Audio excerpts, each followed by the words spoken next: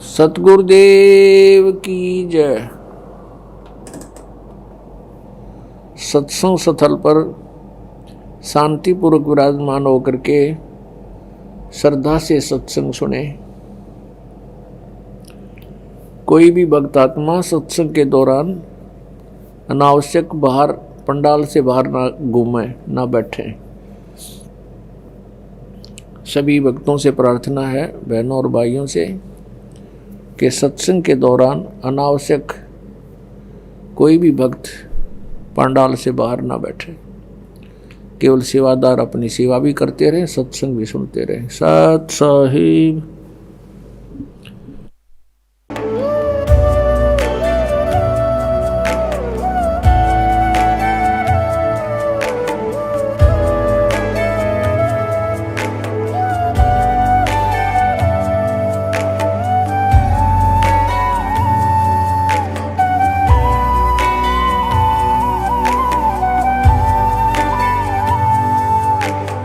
गीता अध्याय 15 के श्लोक 16-17 में 3 प्रभु बताए हैं। ये 3 प्रभु कौन हैं? किस प्रभु की शरण में जाने के पश्चात जन्म और मरण समाप्त हो सकता है? 3 प्रभुओं में सबसे उत्तम परमात्मा कौन है? कैसा है? उसका क्या नाम है? इन सभी गूढ़ रहस्यों को जानने के लिए अवश्य सुनिए जगत गुरु तत्वदर्शी संत रामपाल जी महाराज के अमृत वचन। सतगुरुदेव की जय। बंदी छोड़ कबीर परमेश्वर जी की जय। बंदी छोड़ गरीबदास जी महाराज जी की जय। स्वामी रामदेवानंद जी गुरु महाराज जी की जय हो।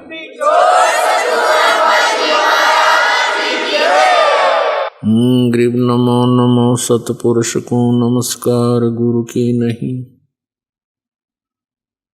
सुर नर मुनि जन साधुआं संतों सर्वस्ती नहीं। सतगुरु साहेब संत सब डंडो तुम प्रणाम। आगे पीछे मध्य हुए तिनको जहाँ कुर्बान। नराकार निर्विषम काल जाल वैभंजनम निर्लेपम निज निर्गुणम अकल अनुपवेशुंदनम। सोहम सुरति समापतम सकल समाना निर्तलय उज्ज्वल हिरंबर हरदमम बेपरवाह अथा है। वार पार नहीं मध्यतम गरीब जो सुमर सिद्ध होई। गणनायक गलता ना करो अनुग्रह सोई। पारस पद परवाना आदि गणेश मनाऊं। गणनायक देवन देवा चरण कमल लो लाऊं। आदंत करूं सेवा। परम शक्ति संगीतम रिद्धि सिद्धि दाता सोई। अवगत गुण अतीतम सत्य पुरुष निर्मोही। जगदम्बा जगदीशम मंगल रूप मुरारी। तन मन अर्पों शीसम भक्ति मुक्ति भंडारी। सुर नर मुनि जन ध्यावे ब्रह्मा विष्णु महेशा। शेष शेष मुख गावे पूजे आदि गणेशा। इंद्र कुबेर सरीखा वरुण धर्म राय ध्यावे। समर्थ जीवन जी का मन इच्छा फल पावे। 33 कोटि आधारा ध्यावे 88। उतरे बहुजल पारा कट है यम की फांसी। 33 कोटि आधारा ध्यावे 88। उतरे बहुजल पारा कट है यम की फांसी। कबीर, वो कबीर जो सह शरीर आए और सह शरीर ही चले गए, जो हिंदू के गुरु और मुस्लिम के पीर कहाए, शिक्षा दीक्षा लिए बगैर ही जो सर्व भाषाओं की ज्ञाता कहलाए। बात करेंगे उस महापुरुष की जो कुरीतियों के खिलाफ आवाज उठाने वाले पहले मसीहा कहलाए। वो चारों युगों में सद्गुरु बनकर आए। सतयुग में सतसुकृत, त्रेता में मुनिंद्र, द्वापर में करुणामय और कलयुग में वो कबीर कहाए। हम बात कर रहे हैं सन 1398 विक्रमी संवत 1455 ज्येष्ठ मास सुदी पूर्णमासी को ब्रह्म मुहूर्त में काशी शहर के लहरतारा तालाब में कमल के फूल पर सह शरीर प्रकट होने और 120 वर्ष लीला करके सह शरीर ही अपने निजधाम सतलोक जाने वाले उस कबीर की, जो सर्वशक्तिमान अचल अमर अविनाशी परमात्मा है। ये सत्य घटना है परमात्मा कबीर देव जी के सह शरीर इस भूलोक को छोड़कर सतलोक जाने की। इस लीला को करके उन्होंने सिद्ध कर दिया कि वे ही सच्चे और पूर्ण परमात्मा हैं। कबीर प्रभु की ये लीला हमें ये संदेश भी देती है कि परमेश्वर किसी धर्म या जाति के बंधन में नहीं बंधा, वो तो सबके लिए एक है। और अगर किसी ने सतभक्ति की है तो पृथ्वी के चाहे जिस भी कोने में शरीर छोड़े, वो अपने पुण्य कर्मों के प्रताप से उद्देशित लोक को ही प्राप्त होता है। ये बात उस समय की है जब ये कहा जाता था कि मगहर में मरने वाला नरक में जाता है और अगले जन्म में उसे गधे के रूप में जन्म लेना पड़ता है।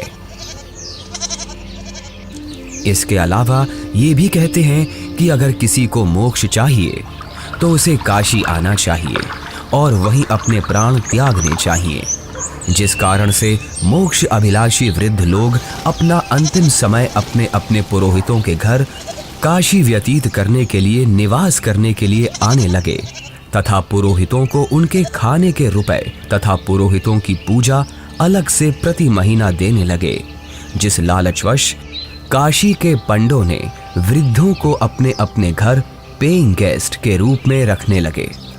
एक एक पुरोहित के घर 10-10 वृद्ध हो गए।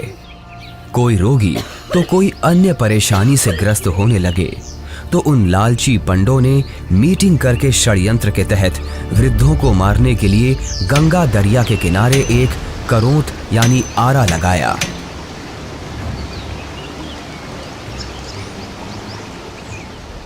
भ्रम फैलाया गया कि जो शीघ्र स्वर्ग जाना चाहता है तो इतने रुपए पूजा, जो उस समय की अधिकतम राशि थी, जमा कराओ।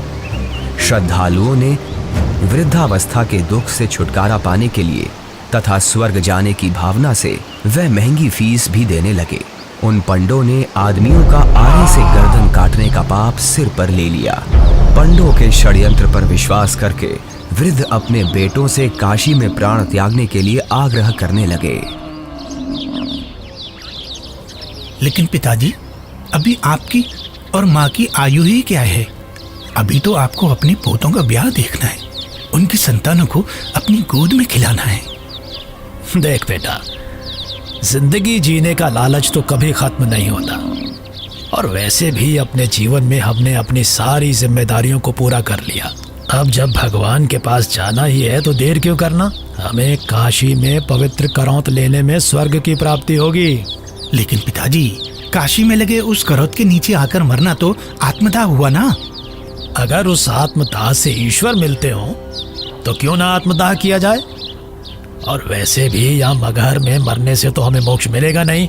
अगर हम यहाँ मरे तो अगले जन्म में हमें गधे के रूप में जन्म लेना पड़ेगा। क्या तू चाहता है कि तेरे माता पिता का अगला जन्म गधे के रूप में हो? जितनी जल्दी हम काशी जाकर करौंत के नीचे मरेंगे उतनी जल्दी ही मोक्ष मिलेगा। लेकिन पिताजी, बस बेटा, तू हमारे साथ काशी चलकर वहां हमारी करौंत के नीचे आकर प्राण त्यागने की व्यवस्था कर दे। रामशंकर अपने माता पिताजी के साथ काशी के घाट पर पहुंचते हैं। वो उस घाट पर भी पहुंचे जहां करौंत लगा हुआ है। करौंत से थोड़ी दूर पर ही खड़े होकर वो सभी देखते हैं कि गंगा नदी के किनारे करौंत वाली जगह है, उसका हैंडल करौंत से थोड़ी दूर पर एक मंदिर के पास है जो गुप्त है। हे ब्राह्मण, मुझे भी मोक्ष को प्राप्त करना है। ये काशी है और यहाँ मरने वाला हर व्यक्ति मोक्ष के लिए ही आता है। लेकिन मैंने अपने जीवन में बहुत सारे पाप कर्म किए हैं। इससे कोई फर्क नहीं पड़ता है कि मरने वाला व्यक्ति पापात्मा है या पुण्यात्मा। काशी में मरने वाला हर व्यक्ति स्वर्ग को जाता है और मगहर में मरने वाला हर व्यक्ति नरक को प्राप्त करता है। ठीक है, मुझे भी इस आरे के नीचे आकर स्वर्ग जाना है। 50 मोहरें लगेंगी। ये लो। ठीक है, तुम तख्त पर लेट जाओ। मैं भगवान से प्रार्थना करता हूं कि वो आपको स्वर्ग में जगह दे। हे परमात्मा, इस आत्मा को अपने चरणों में स्वर्ग में स्थान देना। बहुत सारे लोग मोक्ष के लालच में पैसे देकर आरे से कट रहे थे। कुछ माता पिता अपने पुत्रों से अनुरोध कर रहे थे कि हमें भी आरे से कटवा दो ताकि हम जल्दी स्वर्ग चले जाएं। इस प्रकार रामशंकर भी लाइन में लगकर करौंद के पास आता है और अपने पिताजी को करौंद पर गर्दन रखते हुए देखता है। तभी पंडा इशारा करता है। दूसरा पंडा हैंडल घुमाता है, लेकिन हैंडल उलझ जाता है। थोड़ी देर बाद पंडा कहता है कि अभी भगवान ने आपकी कुर्बानी स्वीकार नहीं की है, कुछ दिन बाद फिर से आना। तभी हैंडल घुमाने वाला पंडा करौंद को ठीक करके इशारा करता है कि अब करौंद ठीक है, अगले का नंबर लगाओ। इस तरह फिर उनकी माता का नंबर आता है। उनकी गर्दन कट जाती है।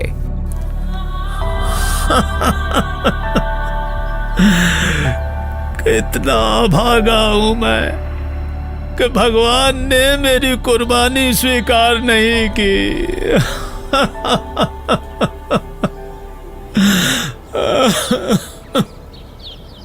कबीर परमेश्वर जी इस भ्रम को दूर करना चाहते थे कि सच्चा भक्त किसी भी स्थान पर प्राण त्यागे वह उद्देशित लोक को प्राप्त होता है।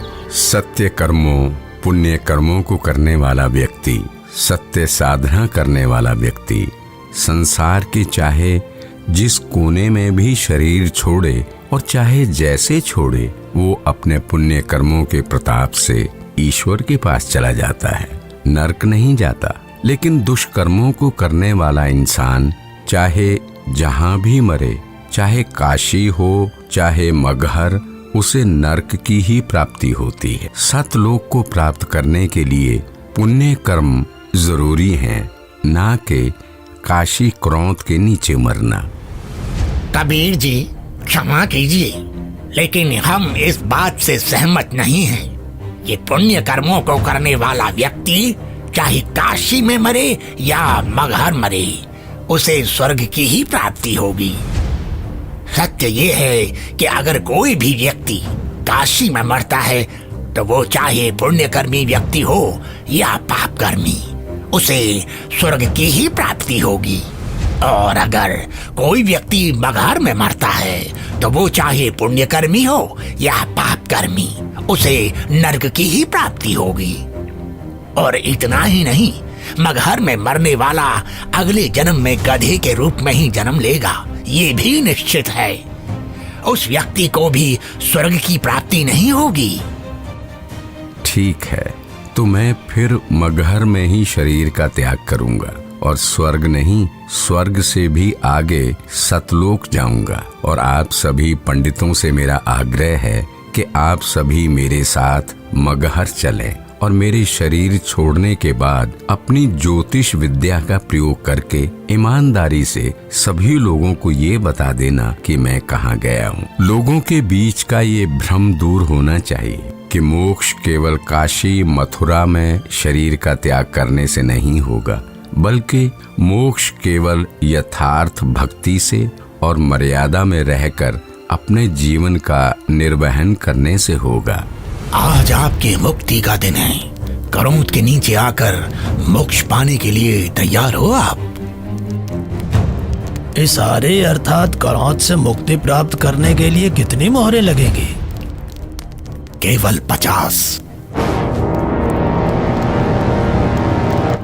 पिताजी, आपको उस करौंद के नीचे अपने प्राणों को त्यागने की जरूरत नहीं है। क्यों? पर बेटा फिर मुझे मुक्ति कैसे प्राप्त होगी? पिताजी, मैं अभी एक बड़े महापुरुष कबीर देव जी के पास से ही आ रहा हूं।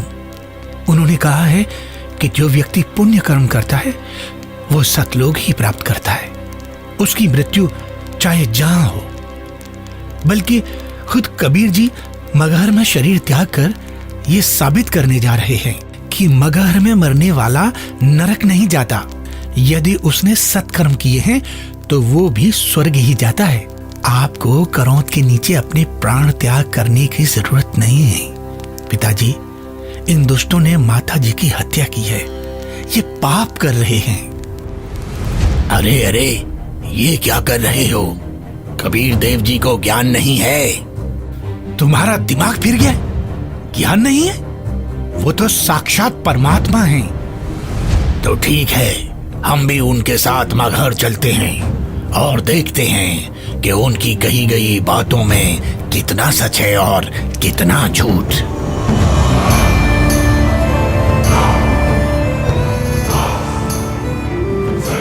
वीर देव सिंह बघेल जी की जय। महाराज, हमें ज्ञात हुआ है कि कबीर देव जी अपने शरीर का त्याग करने के लिए मगहर जा रहे हैं, लेकिन हमने सुना है कि मगहर में जो भी अपने शरीर का त्याग करता है उसे कभी स्वर्ग की प्राप्ति नहीं होती है। कबीर देव जी तो साक्षात परमेश्वर हैं और वो शरीर का त्याग चाहे जहां करें। ये मगहर में प्राणों को त्यागने की लीला वो इसलिए कर रहे हैं जिससे जनमानस को ये संदेश दिया जा सके कि आपको स्वर्ग की प्राप्ति होगी या नहीं, ये आपके पुण्य कर्मों पर निर्भर करता है, न कि मरण के स्थान पर। हमें कबीर देव जी के साथ जाना चाहिए। हाँ, हमें सिर्फ जाना ही नहीं है, अपितु कबीर देव जी के शरीर त्याग देने के बाद हमें उनके शरीर की रक्षा भी करनी है, जिससे उनका हिंदू धर्म विधि से अंतिम संस्कार किया जा सके। क्योंकि अगर हमने उनके शरीर की रक्षा नहीं की तो वो मुस्लिम उनके पार्थिव शरीर पर कब्जा करके उन्हें दफना देंगे। परमात्मा कबीर देव जी केवल हम हिंदुओं के भगवान हैं, उन मलेच्छ मुस्लिमों के नहीं। इसलिए हम आपको आदेश देते हैं, तुरंत ही सेना को हमारे साथ चलने को तैयार किया जाए। कबीर देव जी मगहर के लिए प्रस्थान करते हैं। वो नदी के किनारे से होकर गुजरते हैं, जंगल से गुजरते हैं। दिखता है कि उनके पीछे काफी सारे भक्त भी जा रहे हैं। कबीर प्रभु के साथ हिंदू और मुसलमान दोनों धर्मों को मानने वाले भक्त हैं। काशी के करौंद का समर्थन करने वाले पंडे हैं, विद्वान पंडित जिनके साथ सालिक राम भगवान की मूर्ति है, और बड़े बड़े टीका चंदन लगाने वाले पंडित जिनके साथ काफी सारी पुस्तकें हैं, वो भी कबीर प्रभु के साथ हैं। रामशंकर और उसके पिता भी कबीर प्रभु के साथ हैं। तभी उनके पीछे वीर देव सिंह की सेना भी आ जाती है। वीर देव सिंह कबीर देव जी को प्रणाम करते हैं। कबीर प्रभु के पीछे काफी सारे भक्त और सेना भी चल रही है। कबीर प्रभु चलते रहते हैं और जो भी कबीर प्रभु को जाते हुए देखता है उनके पीछे चल देता है।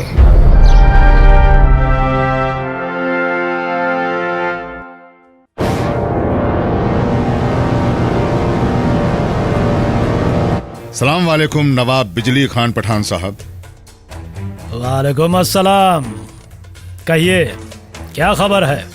जी नवाब साहब, हमें पता चला है कि खुदा के रूप हमारे पीर कबीर जी महाराज मगहर आ रहे हैं, और सुना है कि वो यहाँ अपनी रूह को अपने जिस्म से आजाद करके सतलोक को रवाना हो जाएंगे। क्या? फिर तो हमें इसी पल कबीर जी के पास पहुंचना होगा, और कबीर जी की रूह के इस दुनिया से जाने के बाद उनके जिस्म को अपने कब्जे में लेकर इस्लाम के रिवाजों से उनके शरीर को धरती में दफन करना चाहिए, और इस बात का भी ख्याल रखना चाहिए कि उनका जिस्म काफिर हिंदुओं के हाथ न लगे। जी नवाब साहब, ऐसा ही होना चाहिए। सेना को हमारे साथ कबीर जी के पास चलने के लिए फौरन तैयार किया जाए, लेकिन कबीर जी को इस बात की अभी भनक न लगे।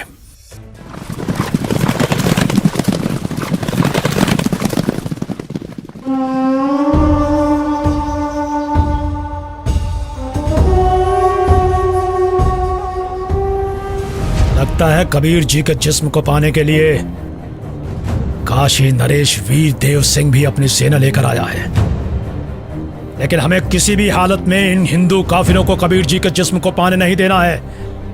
आपके आने का मकसद हमें पता चल गया। पीर जी, बिजली खान आपकी क्या खिदमत कर सकता है? मैं अपना शरीर त्याग करने से पहले स्नान करना चाहता हूँ। जी, हम अभी आपके नहाने के लिए साफ पानी की व्यवस्था करते हैं। नहीं, मैं किसी बहते पानी के दरिया में स्नान करूंगा। बिजली खान। पीर जी, यहाँ एक दरिया बहता था जिसका नाम आमी नदी था, लेकिन पीर जी शंकर भगवान के श्राप के कारण उसका पानी अब एकदम सूख चुका है। चलो दिखाओ मुझे वो आमी नदी कहाँ है। जी पीर जी, चलिए। कबीर देव जी, वीर देव सिंह, बिजली खान और उनके सेना और बाकी के भक्त उस आमी नदी के पास पहुंच गए। कबीर देव जी ने उस सूखी हुई नदी को देखा। कबीर देव जी ने अपने हाथ जोड़कर प्रार्थना की और फिर अपने हाथों को हवा में ऐसे लहराया जैसे कि वो नदी को बहने का इशारा कर रहे हों। कबीर प्रभु के ऐसे इशारा करते ही थोड़ी दूर पर नदी की ही जगह पर एक जोर से धमाका हुआ और धरती के अंदर से पानी का सैलाब निकला। ये देखकर सभी लोग चौंक जाते हैं और सभी भक्ति भाव से भरकर कबीर प्रभु को देखते हैं और अपने हाथ जोड़ लेते हैं। पूरी नदी में पानी भर जाता है। सभी लोग खुश हो जाते हैं। कबीर प्रभु की जय, कबीर प्रभु की जय, कबीर प्रभु की जय। आदेश दें प्रभु। हुक्म दे मालिक। मुझे 2 सफेद चादरें चाहिए, एक बिछाऊंगा और एक ओढ़ूंगा। जो आज्ञा प्रभु। इसी क्षण 2 सफेद चादर यहाँ लाई जाएं। कोई और आदेश दें प्रभु। बिजली खान, तुम सेना किस लिए लाए हो? वीर देव, तुम किस लिए सेना लाए हो? प्रभु जी, हम आपके शरीर को इतना मलिच्छ मुसलमानों के हाथ नहीं लगने देंगे। इन्होंने अगर आपके शरीर को छू तक भी लिया तो इनमें से कोई भी जीवित नहीं बचेगा। हम आपका अंतिम संस्कार हिंदू रीति रिवाजों से करेंगे। तो हमने भी चूड़ियां नहीं पहन रखी हैं। हम भी अपने अल्लाह के स्वरूप पीर कबीर जी का जिस्म हिंदू काफिरों को नहीं देंगे और इस्लामी तरीके से पीर जी का शरीर को दफन करेंगे। और अगर ऐसा नहीं हुआ तो इसका अंजाम बहुत बुरा होगा। हम वीर देव की सेना से युद्ध करके आपका शरीर प्राप्त करेंगे, लेकिन अंतिम संस्कार हम मुस्लिम तरीके से ही करेंगे। मुझे नहीं पता था कि तुम सब मेरी शिक्षाओं को इतना ही समझ पाए हो। 120 साल हो गए मुझे तुम सब लोगों को समझाते हुए, फिर भी इतना ही समझ पाए हो। मुझे इतना ही जाना है तुम सब ने। आज भी तुम एक ना होकर हिंदू मुसलमान बनकर अलग अलग खड़े हो। मेरी चेतावनी है, अगर तुम लोगों ने आपस में झगड़ा किया तो ठीक नहीं होगा। तुम दोनों एक ही परमात्मा की संतान हो। तुम दोनों अलग अलग ना होकर एक ही हो। हम सबको एक साथ रहना है। मेरे सतलोक गमन के बाद इन चादरों में तुम्हें मेरा शरीर नहीं मिलेगा। एक चादर तुम हिंदू ले लेना और एक चादर तुम मुसलमान, और इन चादरों में जो भी चीज मिले उसे आपस में आधा आधा बांट लेना। आपस में लड़ाई नहीं करना, नहीं तो गृह युद्ध छिड़ जाएगा। मेरे जाने के बाद आपस में झगड़ना मत, ये मेरा आदेश भी है और विनती भी। कबीर प्रभु का शरीर मैं किसी को नहीं दूंगा। कबीर प्रभु के जिस्म को छोड़ने के बाद मैं इनके शरीर को अपने कब्जे में लेकर ही रहूंगा। अब मैं चलता हूं।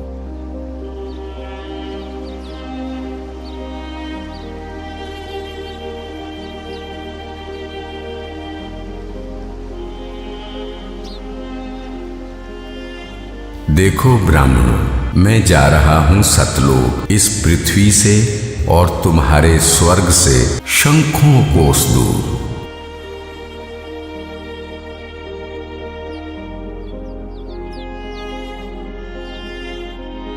उठा लो पर्दा, इसमें नहीं है मुर्दा, इस चादर को उठाओ। जैसे ही वीर देव और बिजली खान दौड़कर वो चादर उठाते हैं तो कबीर देव जी की जगह उनके ही वजन के बराबर शरीर के आकार के सुगंधित फूल, गुलाब, गेंदा, गुड़हल आदि रखे हुए हैं। ये देखकर सभी लोग चौंक जाते हैं। सभी लोग हाथ जोड़ लेते हैं। अब वीर देव की आंखों से आंसू निकलते हैं। बिजली खान की आंखें भी नम होती हैं। दोनों एक दूसरे को देखते हैं और आपस में एक दूसरे को गले लगाकर रोने लगते हैं। दोनों सेनाओं के सिपाही भी एक दूसरे को देखते हैं। वहां खड़े ब्राह्मण लोगों की भी आंखों से आंसू गिरने लगते हैं। रामशंकर और उसके पिता के भी आंसू गिरते हैं। सभी लोग एक साथ कबीर देव जी के नाम का नारा लगाने लगते हैं। कबीर प्रभु की जय, कबीर प्रभु की जय।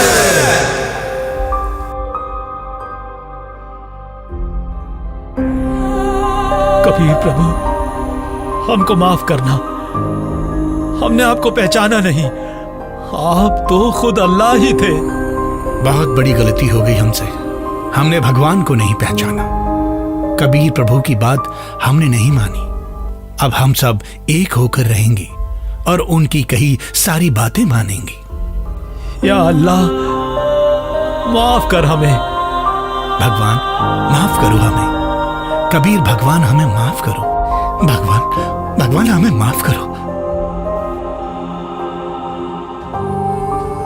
फिर हिंदू और मुसलमानों ने आपस में वो फूल बांट लिए और मगहर में ही कबीर प्रभु की याद में 2 अलग अलग स्थानों का निर्माण किया। और फिर उन्हीं में से कुछ फूल लाकर वीर देव सिंह ने काशी में चौरा का भी कबीर प्रभु जी के स्थान का निर्माण किया। उसे कबीर चौरा नाम से जाना जाता है। वहां पर कबीर पंथ का बहुत बड़ा आश्रम बना है। कबीर प्रभु जी ही सच्चे और पूर्ण परमात्मा हैं, जिन्होंने हम सबको रंग भेद, जाति धर्म भेद आदि के आधार पर ना बंटकर एकजुट रहना सिखाया। परमात्मा एक विशेष जाति या समूह का नहीं होता। परमात्मा तो सबका एक है, जिसका नाम कबीर देव है। परम पिता परमात्मा पूर्ण ब्रह्म सारी सृष्टि के रचनहार कुल मालिक कबीर देव जी की असीम कृपा से, कबीर साहिब जी की असीम कृपा से आप पुण्यात्माओं को यह सत्संग प्राप्त हुआ। परमात्मा हमें बार बार बताते हैं कि मात पिता मिल जाएंगे 184 में, और सतगुरु सेवा और ये बंदगी भाई फेर मिलन की ना।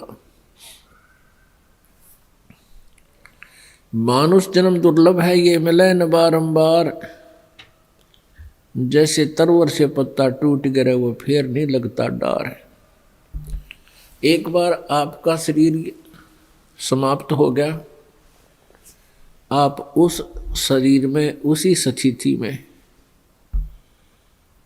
उसी परिवार में पुनः नहीं सेट हो सकते। कहने का भाव ये है परमात्मा का कि तुम्हें ये याद रखना चाहिए कि ये संसार, ये परिवार और ये संपत्ति, ये कार आप जी की नहीं है। आप जी का उद्देश्य क्या था? मनुष्य जीवन किस लिए आप जी को प्राप्त हुआ? ये ज्ञान सत्संग से ही होता है। और सत्संग उसे कहते हैं जो सदग्रंथों के आधार से ज्ञान हो, जिसमें सदग्रंथों के आधार से ज्ञान सुनाया जा रहा हो। जो यथार्थ ज्ञान होता है उसे सत्संग कहते हैं। आप जी को सत्संग प्राप्त हुआ, सौभाग्य है आपका। ये समय बार बार उपलब्ध नहीं हुआ करते। युगों पीछे आप जी को ये मार्ग मिला है। परमात्मा कहते हैं राम नाम रटते रहो, राम नाम रटते रहो, जब तक घट में प्राण, कब हो तो दीन दयाल के बनक पड़ेगी कान। परमेश्वर ने हमें हर प्रकार से समझाने की चेष्टा की है कि तुम भक्ति करते रहो, जो तुम्हारा कार्य है, तुम्हें साधना बताई है वो करते रहो। और एक दिन वो भी आएगा, परमात्मा आपको बहुत से प्रमाण देगा आपके बहुत से दुखों का निवारण करेगा और फिर सतलोक ले जाएगा। परमात्मा बताते हैं, राम रटत ना ढील करो, अर्दम नाम उचारे, अमी महारस पीजिए ये तत् बारंबार। गरीब कोट गऊ जय दान दे, कोट यज्ञ जो नारे, कोट कूप तीर्थ खने, मिटे नहीं जम मारे। पहले तो मानुष जीवन प्राप्त करके ये प्राणी भक्ति ही नहीं करता, संसारिक क्रियाओं में, नाचने कूदने में, इन बकवादों में अपना जीवन व्यर्थ कर देता है। और कोई साधना करता है पुण्यात्मा, तो उनको दिशा ठीक ना मिलने से वो साधना करता हुआ भी अपना जीवन व्यर्थ कर रहा है। पवित्र श्रीमद् भगवत गीता अध्याय नंबर 16 के श्लोक नंबर 23 में कहा है कि अर्जुन, जो शास्त्र विधि को त्याग कर मनमाना आचरण करते हैं, मनमानी पूजाएं करते हैं, उनको न तो कोई सुख होता है, न उनकी सिद्धि होती है, और न ही उनको कोई गति होती है, अर्थात यूजलेस। तो साधना जो गलत करते हैं उनके विषय में बताया जा रहा है, गरीब कोट गऊ जे दान दे, कोट यज्ञ जो नारे, कोट कूप तीर्थ खने, मिटे नहीं जम मारे। कोटिक तीर्थ व्रत करो, कोट गज करो दाने, और कोटि अश्व विपरो दिए, मिटे न खेचा ताण।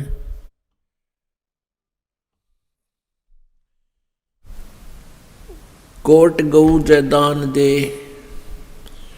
इन ऋषि महर्षियों ने, नकलियों ने गौ दान का बहुत महत्व बता रखा था। परमात्मा कहते हैं, एक गौ के दान की तो बात छोड़, करोड़ गौ दान दे, और कोट ये धार्मिक भंडारे करे, यज्ञ कर दे, और कोट करोड़ से ये कुएं बनवा दे, और ये बाग बगीचे बनवा दे, मिटे नहीं खेचा ताने, मिटे नहीं जम मार। यम की जो मार है ये तुम्हारी समाप्त नहीं होगी, कर्म का दंड समाप्त नहीं होगा। कोटिक तीर्थ व्रत करो, और कोट गज कर दाने, कोटि अश्व विपरो दिए, मिटे न खेचा ताने। सत साधना के बगैर, सत साधना के बिना ये अन्य पूजाएं, अन्य कितना ही दान धर्म आप करते हो, आपकी जन्म मृत्यु और 84 लाख योनियों की ये भ्रमणा भटकना नहीं मिट सकती। 3 लोक का राज जय जीव को कोई दे, लाख बधाई क्या करे जय नहीं सतनाम से ने। यदि जिसके पास सतनाम नहीं है, चाहे उसको 3 लोक का भी राज मिले, कहते के बधाई गावा ही तो नरक की तैयारी कर ली। बिन भक्ति क्या होत है, भावे काशी क्रोत ले, मिटे नहीं मन वासना, बहुविध भ्रम संदेह। भक्ति बिना क्या होत है, ये भ्रम रहा संसारे, रति कंचन पाया नहीं, रावण चलती भारे। ओह, परमात्मा कहते हैं बंदी छोड़ कबीर जी, और उन्हीं से प्राप्त ज्ञान को गरीबदास जी बता रहे हैं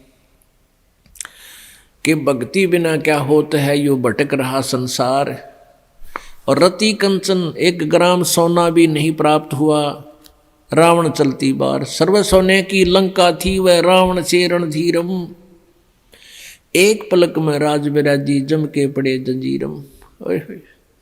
सारी सोने की लंका बना रखा था, महल सोने की, जैसे हम गारा की ईंट बनाते हैं ऐसे सोने की ईंटें बना बना कर उसने महल बना रखे थे। ओए होए,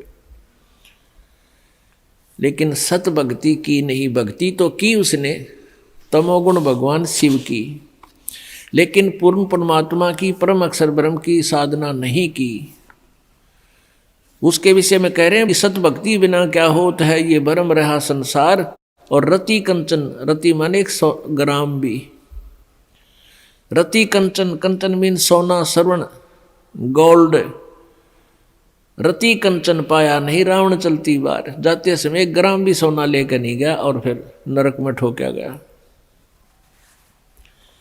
गरीब धना भगत की धोन लगी, बीज दिया जिनदाने, सूखा खेत हरा हुआ काकर बोई जाने।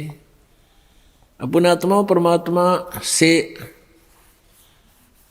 जो अनहोनी होती है और हुई है, अब भी हो रही है, ये उन्हीं को होती है जो सत भक्ति करते हैं, परम संत की शरण में रहते हैं और सच्ची लगन से साधना करते हैं। और पूर्ण परमात्मा कबीर देव ही सबकी, जैसी कोई भक्ति साधना कर रहा है उसकी लाज वही रखता है।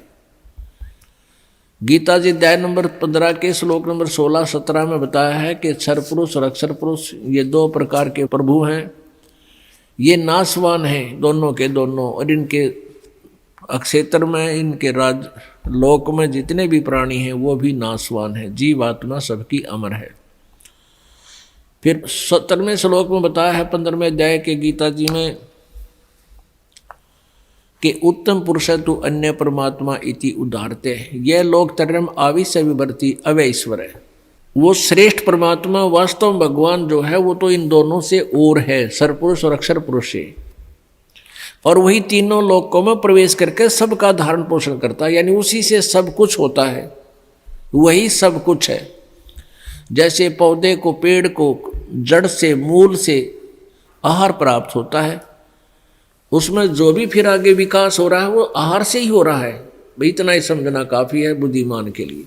तो कबीर परमेश्वर से ही सबको पावर शक्ति, जैसी कोई साधना किसी प्रकार की कर रहा है, उस परमेश्वर से ही उसका वो शक्ति मिल रही है और वो उससे उसी प्रकार की प्रोग्रेस उसकी हो रही है। अब जैसे परमात्मा ये भी कहते हैं कि वो संत नहीं जो चमत्कार करे, और वो भी संत ने जिस तरह से चमत्कार ना हो। बताओ दोनों बात, कि एक तो न्यू का जात रह न्यू हो जाएगा, वो संत नहीं, वो ढेर आदमी है। और जिस संत से उपदेश लेने के बाद ऐसे पेटे नहीं भरे, इस प्रकार की रजा नहीं बख्शी गई, तो वो भी संत नहीं है। यानी संत ये नहीं कहता तरह होंगे, लेकिन वो क्रिया ऐसी बता देता, वो हंग होंगे, अपने आप होंगे, ना चाहते हुए भी होंगे। ऐसे बहुत से प्रमाण हैं। ये वो परमात्मा है पूरी पृथ्वी का सोना बना दे, पर फिर रोटी कितने खाएंगे। ये सब कुछ दे सकता है आपको, लेकिन फिर आपका आड़े जी लाग जाएगा। इसलिए इतना ही देते हैं जिससे तेरा काम चला रहे और परमात्मा की याद बनी रहे। परमेश्वर हमें याद दिलाते हैं, आप पे आरती, आप पे साजे, आप पे किंगर, आप पे बाजे। अपने ऊपर ही उदाहरण देकर कहते हैं, साईं इतना दीजिए जिसमें कुटुंब समावे, और हम भी भूखे ना रहे, अतिथि न भूखा जावे। और कहते हैं कि सुख के माथे पत्थर पड़ो जो नाम हृदय जावे, और बलिहारी उस दुख के जो पल पल नाम रटावे। परमेश्वर कहते हैं कि ऐसा सुख भी ना मांगियो जिस तो भगवान तो भूल पड़े। आग लगे इसे सुख का जो भगवान तो दूर करे, और बलिहारी उस दुख का जो भगवान याद दिवावे। हे परमात्मा ऐसा दुख भी दिए रखना जिससे तेरी याद बनी रहे। गरीब धन्ना भगत की धोन लगी, बीज दिया जिन दाने, सूखा खेत हरा हुआ वा काकर बोई जाने। अब वो खाली खेत हरा हो गया, खाली कांकर बो का आए थे और मौज मचा दी भगवान ने। इसलिए परमात्मा कहते हैं, राम रसायन पीजियो यो अवसर यो दावे, पीछे फिर पछताओगे फिर चला चली हो जावे। परमात्मा बंदी छोड़ कहते हैं भाई भक्ति करा करो गणी गणी, और ये समय, ये दाव फिर नहीं लगेगा। मनुष्य जीवन की प्राप्ति, ऊपर से वो सही भक्ति मंत्र, भक्ति की साधना प्राप्त होना, ये एक दाव लगे आपका। और पाछे फिर पछताओगे जब चला चली हो जाए, मरते नहीं कहेंगे ठाओ ठाओ चलो चलो, कहते फिर पछताओगे यहाँ से। गरीब कहता दास गरीब है, बांदी जाम गुलाम, तुम हो तैसी कीजियो ये भक्ति ही रंबर नाम। गरीब भूमि बड़ो भरोसे डूबे हैं, ये कल्पत है दो दीन, सबका सतगुरु कुल धनी, मगर भयालो लीन। अब क्या बताते हैं गरीबदास साहिब जी के भूमि भरोसे डूब रहे हैं, भटक अपनी भक्ति नष्ट कर रहे हैं, और कल्पत हैं दो दीन, हिंदू और मुसलमान ये दोनों धर्म ये भटक रहे हैं, मार्ग से दूर चले गए हैं। और सबका सतगुरु कुल धनी, मगर भयो लोलीन। भूमि भरोसे डूबते हैं, जैसे मुसलमान भाई कहते हैं कि मक्का में जाने से मोक्ष होता है, और मक्का में जिसकी मृत्यु हो जाती है उसका सीधा स्वर्ग भिष्ट जाता है। परमात्मा ने बहुत से उदाहरण दिए हुए हैं। और पंडित लोग कहा करते थे, ब्राह्मण हिंदू धर्म के गुरु, कि जो काशी शहर में मृत्यु को प्राप्त होता है वो सीधा स्वर्ग जाता है, और जो मगर मृत्यु को प्राप्त होता है वो गधा बनता है, वो नरक जाता है। परमात्मा कबीर जी, परमेश्वर जी स्वयं जब तत्वदर्शी संत की भूमिका करने आए हुए थे बनारस में, काशी में, तब कहा करते थे कि पुण्यकर्मी प्राणी और सत साधना करने वाला भक्त वो कहीं पर भी शरीर छोड़े, कहीं पर भी उसकी मृत्यु हो, वो अपनी भक्ति की कमाई से अपने इष्ट के पास चला जाता है, वो नरक नहीं जाता। और दुष्कर्मी प्राणी, सत भक्ति ना करने वाला भक्त, चाहे कहीं पर भी काशी मरो चाहे मगर मरो, वो सीधा नरक में जाता है। लेकिन ये बात उन काशी के पंडितों के गले नहीं उतरे थी। इस भ्रम को मिटाने के लिए परमेश्वर जी, कबीर जी ने कहा कि भाई मैं मगर में शरीर छोड़ूंगा, मैं मगर में शरीर छोड़ूंगा, और पंडितों तुम मेरे साथ चलो, और थारे ये पत्रे वत्रे ज्योतिष जातिष सारी इकट्ठी कर ला लियो तुम, और बता दियो फिर यहाँ उपस्थित लोगों को कि मैं कहाँ गया हूँ, ईमानदारी से बताना। मैं जो साधना कर रहा हूँ वो सत साधना है। परमात्मा एक लीला करने आए थे, उदाहरण देने आए थे, और भ्रम मिटाने आए थे। काशी में क्या कर रखा था इन नकली गुरुओं ने, ब्राह्मणों ने, इन दुश्मनों ने हमारे साथ क्या कर रखा था? झूठ ऐसा बहका रखा था हमारे पूर्वजों को कि जो काशी में मरता है वो सीधा स्वर्ग जाता है। तो श्रद्धालु व्यक्तियों ने, जिनके पास कुछ धन अच्छा था, धनी लोगों ने, विशेषकर वैश्य कुल के लोगों ने, वाणियों ने, उन ब्राह्मणों की बात को बहुत महत्व दिया। उनके बुजुर्ग कहने लगे, बेटा हमारी मृत्यु तो होनी है, यदि हमारा काशी में कुछ दिन निवास हो जाए लास्ट में तो हमें स्वर्ग मिल जाएगा, गुरुजी बताते हैं। तो उन भक्तों ने सोचा भी माँ बाप ने सारी उम्र हमारे लिए बहुत कुछ किया है, और अंत के समय में इनको काशी में कोई किराए पर मकान लेकर नौकर छोड़ जाएंगे, ये वहाँ मृत्यु को प्राप्त हो जाएंगे, गुरुजी के वचन भी सुनते रहेंगे और इनका कल्याण हो जाएगा। ऐसा करना शुरू कर दिया। फिर उन गुरुओं ने के स्कीम बनाई कि ये बहुत ज़्यादा उनके श्रद्धालु आण लागे और बाहर कमरा लेंगे तो उनके लिए उन्होंने कहा कि तुम ऐसा करो, हमारे पास ही छोड़ दो अपने माता पिता को, जो इनका खर्चा दो हमें दे दो, हम इनकी सेवा कर दिया करेंगे, यहाँ भक्ति भी करते रहेंगे, हमने भी खर्चा अपनी रोटी बनानी है, इनको भी बना दिया करेंगे। अब लालच में हुआ आफत मोल ले ली उन पंडिता ने। अब बुढ़ा और बुढ़िया ने वहाँ छोड़ा और उनको महीने के 10-20 रुपये देने लगे। पहले 10-20 रुपये बहुत ज़्यादा होते थे, 20,000 के करीब होते थे।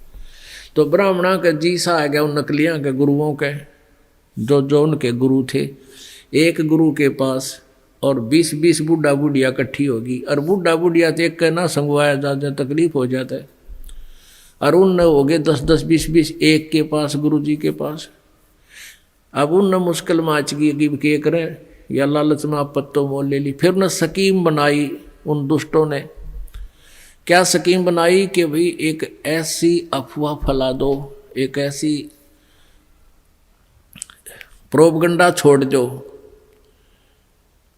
कि भाई, उन्होंने क्या स्कीम बनाई कि कह दो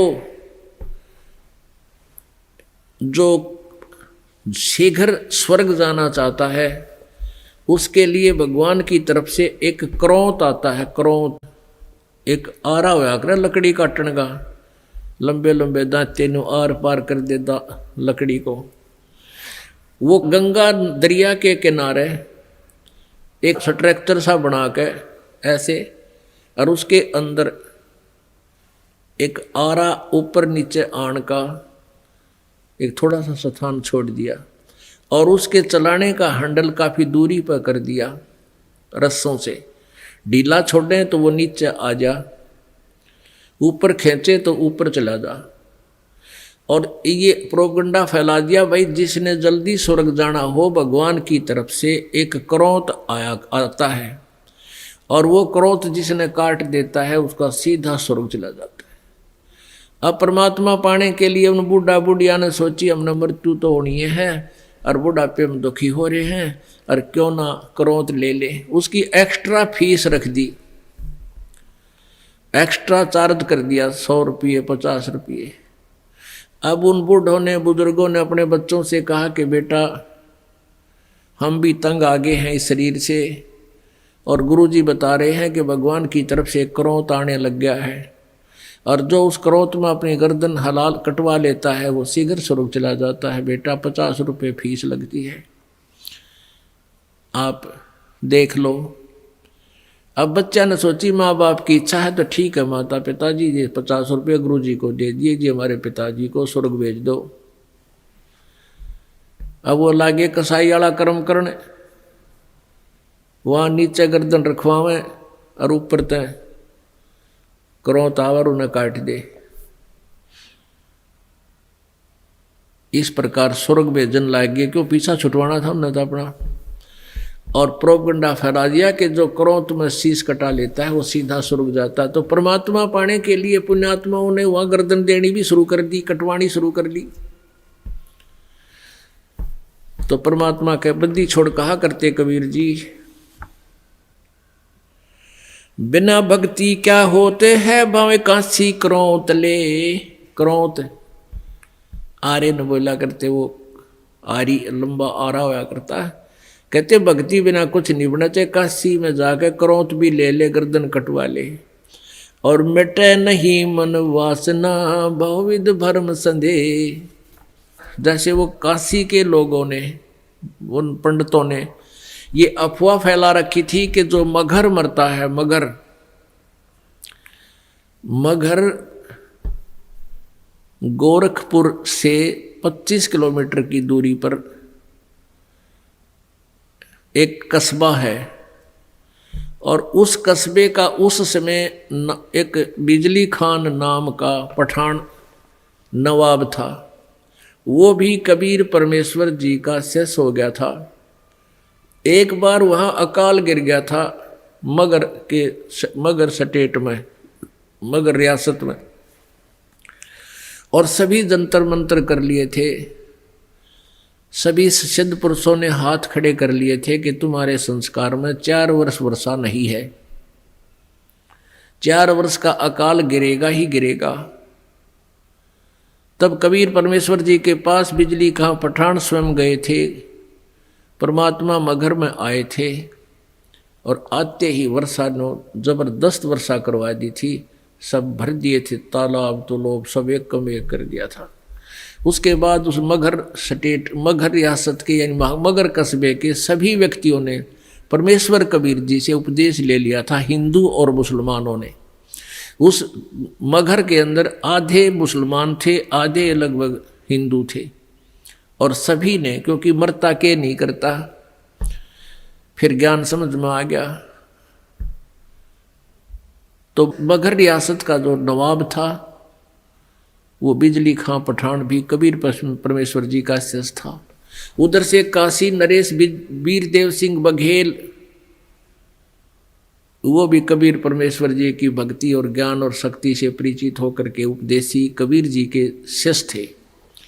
तो कबीर परमेश्वर जी ने कहा कि भाई धरती का भरोसा नहीं रहना चाहिए, तुम कोई तो कहते हो मथुरा में मोक्ष होगा, नहीं। परमात्मा कहते हैं मुक्ति खेत मथुरा परी और किन्या कृष्ण कलोल और कंस के सी चाणोर सेवा फिरते डामाडोल।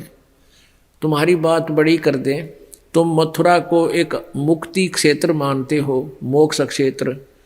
अरे उसमें कृष्ण जी ने तो वहाँ नरी मौज मचाई, जैसे मठ गोपियों के साथ बकवाद करी, और उस मोक्ष तुम मानते हो मोक्ष स्थान ही है वो, तो उस मोक्ष स्थान पर कंस केसी और चाणूर जैसे का बक्कल उतरा, उन बकवाद प्राप्त हुई, उनका मोक्ष ना हुआ।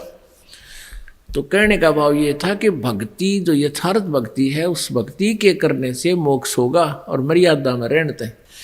तो कबीर परमेश्वर ने उन ब्राह्मणों से कहा कि तुम मूर्ख बना रहे हो भोली जनता को, मैं मगर में शरीर छोड़ूंगा और मैं स्वर्ग से भी आगे सतलोक में जाऊंगा। अब इस बात ने ब्राह्मण मानने क्यों कर, क्योंकि सारी जनता में ढंडोरा पीट रखा कि वहां मरनिया तो गधा बनेगा, नरक जाएगा। अब पहले आपको एक अमृतवाणी सुनाती हैं परमात्मा की। मगर जाने की।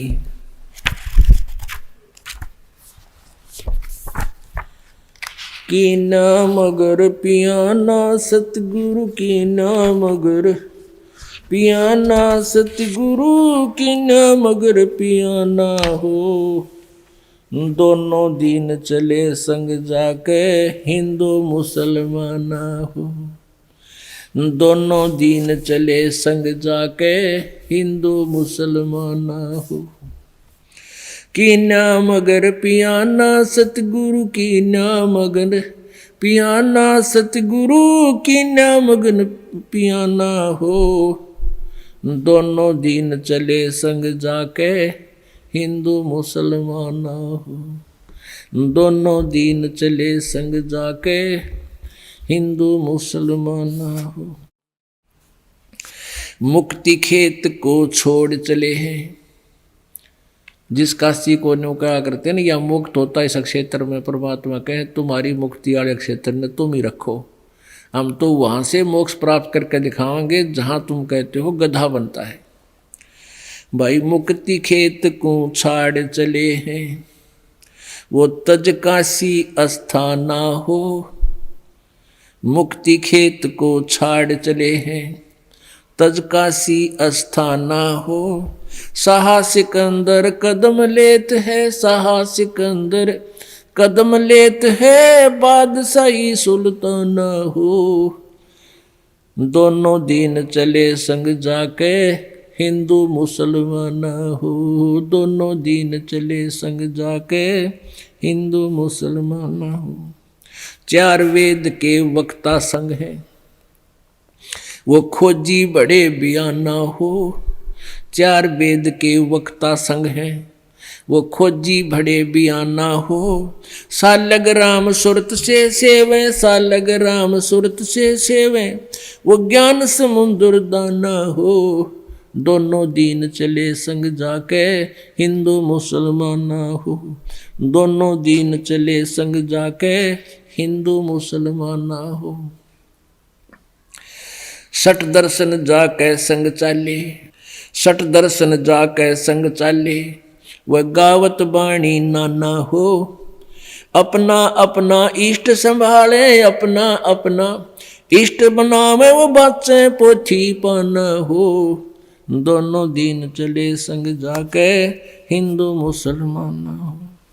भाई चादर फूल बिछाए सतगुरु, देखे सकल जिहाना हो। चादर फूल बिछाए सतगुरु, वो देखे सकल जिहाना हो। चार दाग से रहत जुलाहा, चार दाग से रहित जुलाहा, वो अवगत अलख अमाना हो। दोनों दिन चले संग जाके हिंदू मुसलमान हो। दोनों दिन चले संग जाके हिंदू मुसलमान हो। वीर सिंह बघेला करे बिनती, वीर सिंह बघेला करे बिनती, वो बिजली खान पठाना हो। वीर सिंह बघेला करे बिनती, वो बिजली खान पठाना हो। दो चादर बख्शीश करी है, दो चादर बख्शीश करी है, दिन यो परवाना हो। दोनों दिन चले संग जाके हिंदू मुसलमान हो। दोनों दिन चले संग जाके हिंदू मुसलमान हो। शब्द स्वरूप साहेब सरबंगी, शब्द शब्द समाना हो। दास गरीब कबीर अरस में, दास गरीब कबीर अरस में, वो फर्क ध्वज निशाना हो। दोनों दिन चले संग जाके हिंदू मुसलमान हो। किन्ना मगर पियाना सतगुरु, किन्ना मगर पियाना हो। दोनों दिन चले संग जाके हिंदू मुसलमान हो। दोनों दिन चले संग जाके हिंदू मुसलमान हो। तो परमात्मा वहां से चल पड़े। 120 वर्ष की उम्र का शरीर था कबीर परमेश्वर जी, दिखा रहे थे अपना। वैसे उनका शरीर की कोई आयु नहीं है, परमात्मा की कोई आयु नहीं होती। उन्होंने एक लीला में शरीर दिखाया था, एक जनसाधारण की तरह एक जीवन जीकर अपने हाथों से कर्म करके अपना निर्वाह करके दिखाते हैं, एक लीला करते हैं। वो प्रत्येक युग में आते हैं। 120 वर्ष की आयु शरीर की दिखा रहे, ऐसे महसूस हो रही थी। और काशी से पैदल चल पड़े। उनके साथ वीर देव सिंह बघेल काशी नरेश भी अपनी सेना लेकर चल पड़ा। और काशी के बहुत से व्यक्ति दर्शनार्थ चल पड़े। और काशी के वो विद्वान पंडित मंडलेश्वर भी अपने पोथी बही लेकर के चल पड़े। पत्रे वत्रे और जो ज्योतिष जातस सारी शोधन खातर वो भी चल पड़े। वीर देव सिंह बघेल सेना इसलिए लेकर चला था कि मैं गुरुदेव जी के शरीर को यहाँ लाऊंगा जब ये शरीर छोड़ देंगे, और हिंदू रीति से इनका अंतिम संस्कार करेंगे। हम मुसलमानों के हाथ अपने गुरु जी के शव को नहीं जाने देंगे। अब बिजली खां पठान मुसलमान को जब ये पता चला कि गुरुदेव यहाँ आ रहे हैं और काफी व्यक्ति भी दर्शनार आ रहे हैं और गुरुजी यहाँ पर अपना जीवन लीला अंत करेंगे, और वीरदेव सिंह काशी नरेश हिंदू के इरादे से भी परिचित हुए कि वो शरीर को लेकर जाएंगे। तो बिजली खां पठान ने भी अपने मुसलमानों से सलाह की। तो मुसलमानों ने कहा कि हम अपने गुरुदेव के, अपने पीर के शरीर को हिंदुओं को नहीं देंगे, हम मुसलमान रीति से अंतिम संस्कार करेंगे, और यदि ये नहीं मानेंगे तो आपस में युद्ध भी करके प्राप्त करेंगे। जब परमेश्वर कबीर जी वहां पहुंचे तीसरे दिन पैदल चल के, क्योंकि बनारस से काशी से मगहर लगभग 200 किलोमीटर के आसपास है। तो बिजली खां पठान से ने प्रणाम किया, कहो गुरुदेव। परमात्मा ने अपना कारण बताया वहां पहुंचने का और कहा कि बिजली खां मैं स्नान करूंगा, पानी की व्यवस्था, जल की व्यवस्था करो। बिजली खां पठान ने कहा गुरुदेव जल ला रखा आपके लिए, शुद्ध जल स्नान के लिए। परमेश्वर ने कहा कि कबीर जी ने कहा कि मैं बहते पानी में दरिया में स्नान करूंगा। अब बिजली खां पठान ने कहा कि यहाँ एक दरिया बहती थी आमी नदी, लेकिन वो भगवान शंकर ने श्राप दे रखा है, उसका पानी खत्म हो गया, वह सूखी पड़ी है। परमेश्वर जी ने कहा कि चलो दिखाओ मुझे कहाँ है वो आमी नदी। जहाँ परमेश्वर खड़े थे वहाँ थोड़ी सी दूरी पर, 2-3 एकड़ की दूरी पर, 600 फुट की दूरी पर वो दरिया सूखी पड़ी थी। परमात्मा ने वहाँ खड़ा होकर साथ में हजारों की संख्या में दर्शक, और परमेश्वर ने ऐसे किया था हाथ से संकेत, जैसे ये ट्रैफिक का सिपाही करा करे, ऐसे कर दिया। क्या देखते हैं कि थोड़ी सी दूरी पर एक बहुत बड़ा धमाका हुआ और एकदम पानी से भरकर नीचे से पानी इतना जोर से निकला और पूरी दरिया भरकर चल पड़ी।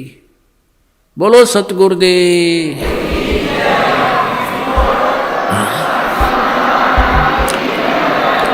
बंदी छोड़ कबीर परमेश्वर जी की जय। सबने स्नान किया, जलपान किया, स्नान किया, जल पिया।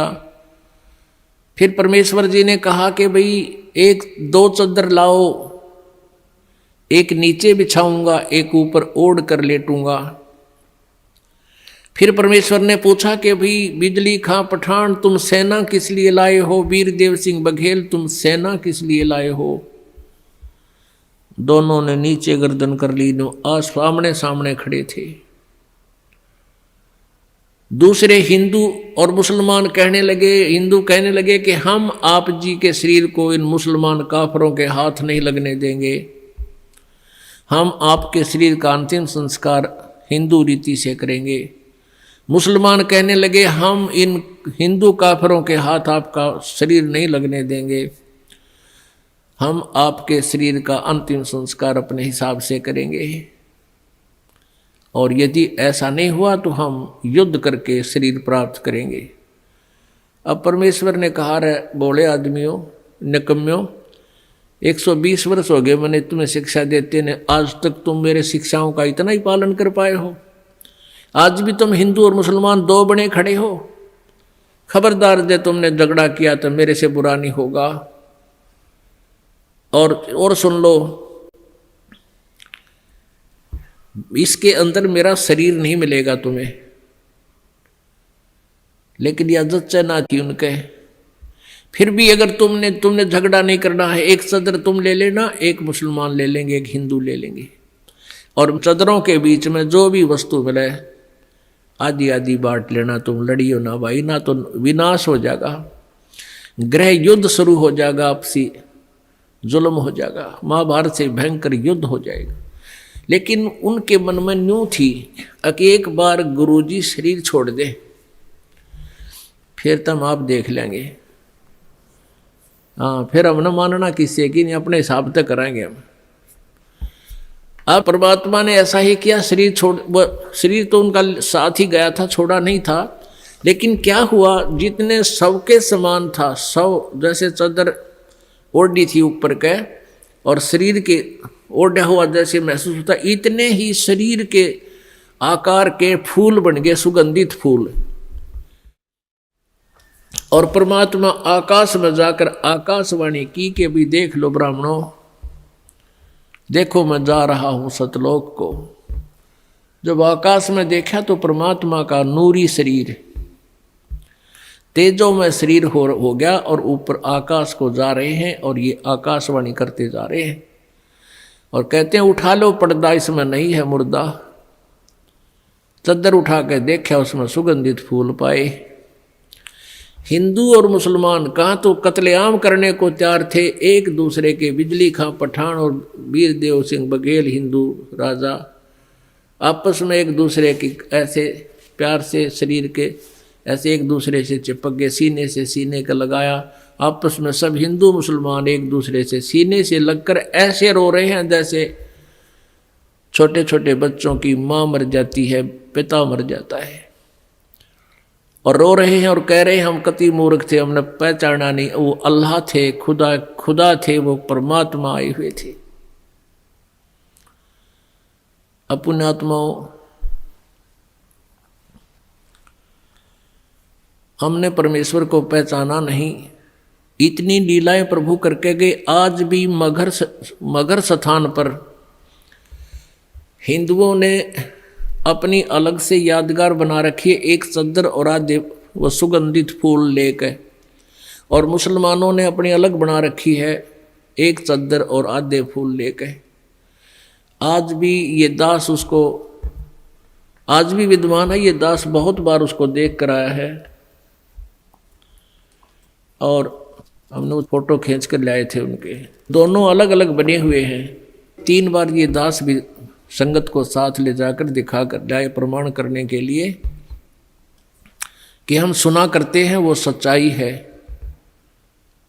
तो पुण्यात्माओं, उन्हीं में से कुछ फूल अकेले ला करके बनारस में, काशी में भी एक चौरा बना दिया बिजली खां पठान ने, और वहाँ दोनों यादगार अलग अलग हिंदू और मुसलमानों की आज भी है, और उनका कोई आपस में मनमुटाव नहीं है। वो अपने हिसाब से कर रहे हैं, वो अपने हिसाब से कर रहे हैं। कति बीच में दीवार भी नहीं है, एक ग्रिल ला रखी है बीच में पार्टीशन के लिए, जैसे ये ग्रिल लगी हुई नथ, और आपस में बीच में एक सामूहिक गेट भी है। दर्शक जाते हैं, दोनों को देख कर आते हैं। अपनात्माओं, परमात्मा कहते हैं कि सतगुरु संगत छोड़ के चाहे लाख वर्ष जप कीन, इंद्री कर्म ना मोक्ष होए फिर काल के अधीन। जो भक्त कुछ दिन इस भक्ति को करके किसी भी कारण से दुर्भाग्य उनका होता है, वो विमुख हो जाते हैं, वो भक्ति यहाँ से यहाँ आना छोड़ देते हैं, गुरुजी से उसका अपना संपर्क समाप्त कर लेते हैं। और वो कुछ एक ऐसे नालायक थे, अनजान अनाड़ी थे, वो कहने लगे कि हम तो घर पे भक्ति कर लेंगे। पुण्यात्माओं, परमात्मा कहते हैं सतगुरु संगत छोड़ के अर्चे लाख वर्ष जप कीन, इंद्री कर्म ना मोक्ष होए, ना तो कोई कर्म कटे और ना ही मुक्ति होए, फिर काल के अधीन। पुण्यात्माओं, हमें यहाँ से 21 ब्रह्मांड काल के और 7 संग ब्रह्मांड इस परब्रह्म के, इनको पार करके जाना है। और जब यहाँ से भक्ति युक्त प्राणी चलता है, यदि उसके साथ सतगुरु नहीं है, वो नहीं जा सकता 10 कदम भी। रास्ते में पता नहीं कितने कितने बखेड़े हैं। ये काल का बहुत भयंकर जाल है। हमने उन्हीं रास्तों से जाना होता है, जैसे हम शरीर में ही हमारे कमल बने हुए हैं। इन कमलों में से हम चलेंगे तो सबसे पहले गणेश जी का लोक आवेगा, और गणेश जी के लोक में हम जाएंगे, गुरु जी साथ होंगे, तो वहाँ आपका अकाउंट क्लियर करा के आपको फिर आगे ले चलेंगे। और यदि सतगुरु साथ नहीं है और आपकी पिछली पुण्य कमाई पिछली है और आप गुरुद्रोही बने नहीं, वैसे भक्ति छोड़ दी, आना बंद कर दिया, तो वो जो पिछले उस दौरान गुरु जी के संपर्क में रहने के दौरान जो तुमने भक्ति की, ये 7 मंत्र की या 2 मंत्र सतनाम की और सार नाम की, तो गणेश जी का जो जाप आपको दिया जाता है उन 7 प्रथम मंत्र में, उस मंत्र की कमाई से आप जी पहले गणेश जी के लोक में जाओगे। और वहाँ पर इतने नाच गाने डांस, बड़ी पता नहीं कितने हर तरह की, यानी आत्मा वहाँ जाती है तो उसका सूक्ष्म शरीर होता है, स्त्री जाती है तो स्त्री वाला ही होता है, पुरुष जाता है तो पुरुष वाला ही होता है। तो प्रत्येक लोक में जाते ही वहाँ हर तरह के नाचने गाने बकवाद, तो अकाउंट कराना तो भूल जाते हैं, उस रेस्टोरेंट में भ्रमित हो जाते हैं। और फिर वहाँ उनको गण बना दिया जाता है, उन्हीं की पुण्य कमाई से वहाँ वो ठाठ करते हैं और सारी बकवाद करते हैं, नाचने गाने डांस, कोई काम में कोई ना, जैसे रेस्टोरेंट में चले गए, वहाँ अपनी पूंजी खर्च होती है, वहाँ कुछ भी बकवाद देखो और खाओ सुनो। तो वो पूंजी नष्ट होते ही वहां से बाहर निकाल देंगे। फिर विष्णु के लोक में, विष्णु जी के लोक में जो आपने मंत्र जाप कर रखा है उसकी कमाई समाप्त होती है। फिर शिव के लोक में वो कमाई खत्म होते ही फिर दुर्गा के लोक में, फिर वो कमाई खत्म होते ही फिर आपका जो सतनाम का प्रथम और द्वितीय मंत्र है, प्रथम मंत्र जो ओम नाम है वो ब्रह्म का, फिर ब्रह्मलोक में, और दूसरा जो तत्व मंत्र है उसके लिए इस काल ने अपने एक ब्रह्मांड में ब्रह्मलोक में ही अलग से नकली सतलोक, अलखलोक, अगमलोक नामी लोक की रचना रच रखी है। उस दूसरे मंत्र की जो सतनाम के अंदर जो 2 मंत्र हैं उसकी कमाई से उसको ऊपर नकली सतलोक में छोड़ देते हैं। और जिसने तीसरे नाम का भी जाप कर रखा है उसके लिए काल ने वो आगे के अलखलोक और अगमलोक और बना रखे हैं नकली, उनमें पड़ा रहे। और जब इसका कत्ती सारा नाश हो ले भक्ति का, फिर नरक में ठोक देते हैं। यानी इस प्रोसीजर में हजारों युग बीत जाते हैं, उसको पता भी नहीं चलता त्रिगेला के बिरान माटी हो रही है। तो सतगुरु कहते हैं शिव मंडल ब्रह्मापुरी चाहे विष्णु लोक में हो, अमरे गुण भूले नहीं तो आड़ छुटाऊं तो। अब कई पुण्यात्मा कोई ज्ञान तो खूब सुन लिया और कोई दुर्भाग्यवश यहाँ से दूर भी हो गए, तो वो फिर इससे या तो शिव मंडल में, शिव के लोक में, या ब्रह्मा के लोक में, या विष्णु के लोक में जा रहा है, फिर वहाँ कमाई वह मौज मार रहा है। तो उसके हृदय में यो ज्ञान अंतःकरण में समाया हुआ है, तो उसको याद आएगा कि गुरु जी तेन्यू क्या करते। कबीर परमात्मा के ज्ञान को बताते थे, यहाँ तो हमारी पूंजी नष्ट हो रही है, हम तो गलत आ गए, हमने तो यहाँ नहीं आना चाहिए था। कहता वहाँ भी तू हृदय से रोएगा ना मेरे लिए कि भगवान मैंने छुटा लो, कहते वहाँ से भी तुझे छुड़ा लाऊंगा। अब देखो पुण्यात्माओं, ये सु अवसर आपके लिए, जैसे में पार तय होगे तो होगे, नहीं यू किया हुआ कर्म शुभ तुम्हारे साथ रहेगा, फिर उसका फायदा क्या होगा, के बनेगी। परमात्मा कहते हैं शिव मंडल ब्रह्मापुरी चाहे विष्णु लोक में हो और हमारे गुण भूलना नहीं थे, वहां भी आण छुटाऊं तो ही। मान ले आप चले गए गुरु जी से, यहाँ से विमुख हो गए और आप चले गए विष्णु जी के लोक में, और वहां आपको याद आ गई, ओहो रही हम तो गलत आ गए भगवान, यहाँ तो बहुत गलत आ गया, हमारी पूंजी नाश होगी। वहां भी आप रोने लग गए तो वो मालिक परमेश्वर आएंगे और वहां से भी आपको ले जा करके कहाँ रखेंगे। यहाँ एक मिनी सतलोक है, प्रत्येक ब्रह्मांड में एक मिनी सतलोक है, परमात्मा का अपना राजदूत भवन है। जैसा प्रत्येक देश में प्रत्येक देश का एक राजदूत भवन होता है, ऐसा परमेश्वर का एक स्थान है। तो उन आत्माओं को जिनकी पूंजी व्यर्थ ना होने दी, जिन याद आ गई, उनको वहां से लेकर वहां रख देंगे अपने मिनी सतलोक में और बीज रूप में। और वहां परमात्मा के लोक में, मिनी सतलोक में परमेश्वर की तरफ से सब आपको सुविधाएं आहार मिलेंगे, उससे आपकी पूंजी नष्ट नहीं होगी। उस वापस फिर उस पूंजी के आधार से आपको फिर पटकेगा परमात्मा सतयुग में। सतयुग में आप हजारों लाखों वर्ष जियोगे, लेकिन साधना गलत करोगे, क्योंकि आप नीचे आने के बाद भगवान की कति नहीं मानते और जैसा भी काल ने भ्रमित कर रखा है वही साधना पर लगे रहोगे। लेकिन वो सुविधाएं, वो सुख आपको होंगे पूर्व जन्म की कमाई से, भक्ति से। और आप सोच रहे होगे कि मैं जो भक्ति कर रहा हूँ, ये साधना कर रहा हूँ, मुझे इसी से सुख है। इस प्रकार सतयुग त्रेता द्वापर में आप अपने पुण्यों का नाश कर लोगे, कभी राजा बनोगे, कभी पृथ्वीपति बनोगे, कभी स्वर्ग में जाओगे हैं, और फिर आप कलयुग में होगे। और कलयुग में आपका मानव जन्म होगा, फिर यही प्रोसीजर फिर होगा आपको, फिर कभी आकर के हजारों लाखों युगों के बाद ये सुअवसर प्राप्त होगा। जो परमात्मा की शरण में नहीं रह पाए, अभी आपको बताया 2 प्रकार भक्ति नाश होता है।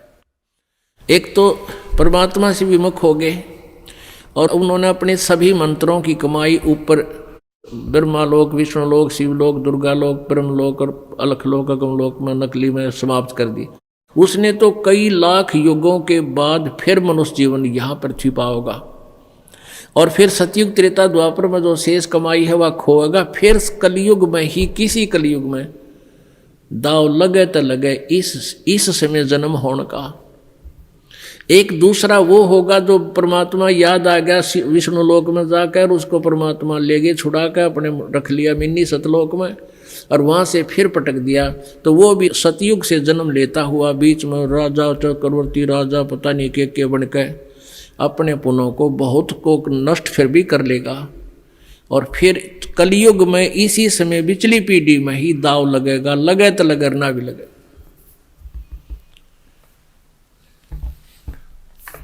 तो परमात्मा कहते हैं सतगुरु संगत छोड़ कर लाख वर्ष जप कीन, इंद्री क्रमना मोक्ष होवे फिर काल के अधीन। जब ये प्राणी यहाँ से चलता है, आगे नरी अप्सराएं नाच रही होती हैं या युवा देवता होते हैं, दोनों तरफ के मेल फीमेल को अट्रैक्शन करने के लिए इसने पूरा जुगाड़ कर रखा है। और सबसे बड़ी कमजोरी है इस जीव की, वो फिर भूल जाता है, सब कुछ भूल जाता है और काल के जाल में फंस जाता है। इसी तरीके से इस काल ने एक जाल फैलाया परमेश्वर के लिए। जब परमात्मा सतलोक को जा रहे थे, दुर्गा ने एक सुंदर अप्सरा का रूप बनाया और परमेश्वर कबीर जी के पास जाकर के कहने लगी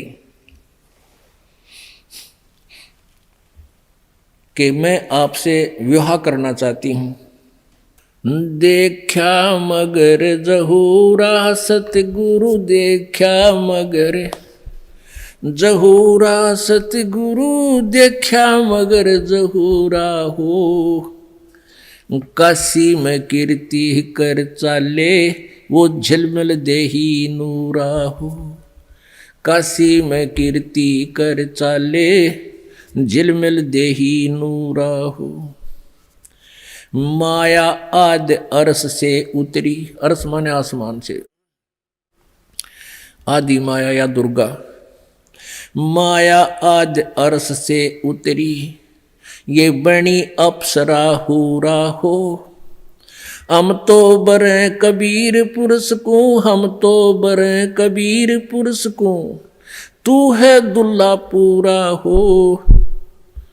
काशी में कीर्ति कर चाले, वो झिलमिल देही नूरा हो। माया कहे कबीर पुरुष ते, मेरा देखो बदन जहूरा हो।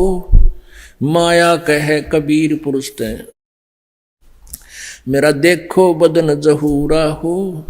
अरस विमान स्वर्ग में मंदिर, अरस विमान स्वर्ग में मंदिर, ये भोग गए हमको सोरा हो। काशी में कीर्ति कर चाले, झिलमिल देही नूरा हो। कह कबीर सुनो री माया, तुम कुटिल नजर तुम घूरा हो। कह कबीर सुनो री माया, कुटिल नजर तुम घूरा हो। जिन भोगी सोए कल रोगी, जिन भोगी सोए कल रोगी, वो होगे धूर्म दूरा हो। काशी में कीर्ति कर चाले, वो झिलमिल देही नूरा हो। काशी में कीर्ति कर चाले, वो झिलमिल देही नूरा हो। माया कहे कबीर पुरुष से, मैं हूं जग से दूरा हो। माया कहे कबीर पुरुष से, मैं हूं जग से दूरा हो। मैं तुम्हारी पटरानी दासी, मैं तुम्हारी पटरानी दासी, रखूं पलक हजूरा हो। काशी में कीर्ति कर चाले, वो झिलमिल देही नूरा हो। कह कबीर सुनो री माया, तुम हो लड्डू बूरा हो। बूर के लड्डू, ये बुरादे के कहते, ये तू तो ऐसी है। कह कबीर सुनो री माया, तुम हो लड्डू बूरा हो। जो तुझे खावे सो बह जावे, जो तुझे खावे वो पछतावे। वो तास अकल के कूरा हो। वो बुद्धि भ्रष्ट हैं जो तेरे से संग करेंगे। काशी में कीर्ति कर चाले जिलमिल देही नूरा हो।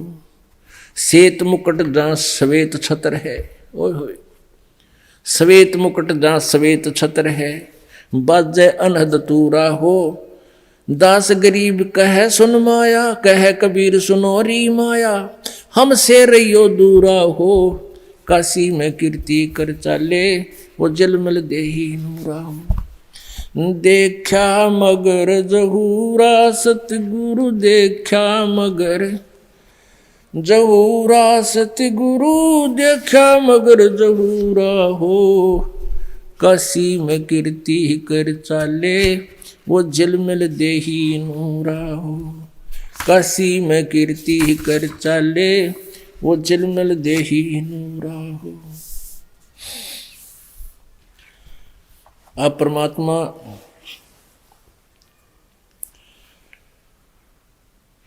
कबीर परमेश्वर का और दुर्गा का एक और संवाद आपको सुनाते हैं। माया सतगुरु से अटकी रे, माया सतगुरु से अटकी। गरीबदास जी कह रहे हैं उनकी एज इट इज वार्ता जो कबीर परमेश्वर और दुर्गा की हुई है वह पहचान के सके वतांदी हो रही है, भगवान को भी ना पहचान सकती। काल के अधीन होकर के सब उल्टे कर्म करा रही है, जीव को यहाँ फंसाए बैठी है। माया सतगुरु से अटकी रे, माया सतगुरु से अटकी। जोगनी हमरे क्यों भटकी रे, योगनी हमरे क्यों भटकी। हम तो बगली गर जोगी, हम तो बगली गर जोगी। हम नहीं माया के भोगी, हम ना माया के भोगी। तो मैं झगड़ा है भारी, तो मैं झगड़ा है भारी। मारे बड़े छत्रधारी, मारे बड़े छत्रधारी। अब दुर्गा कहती है सेवा करसो मैं निकी, सेवा करसो मैं निकी। परमात्मा कहते हैं हमको लागत है फीकी, हमको लागत है फीकी। अब दुर्गा कहती हमारी सार नहीं जानी, हमारी सार नहीं जानी। अब परमात्मा कहते हैं अरे तो घाल देई घाणी, अरे तो गाल देई घाणी। चलती फिरती क्यों नाही तू, चलती फिरती क्यों नाही।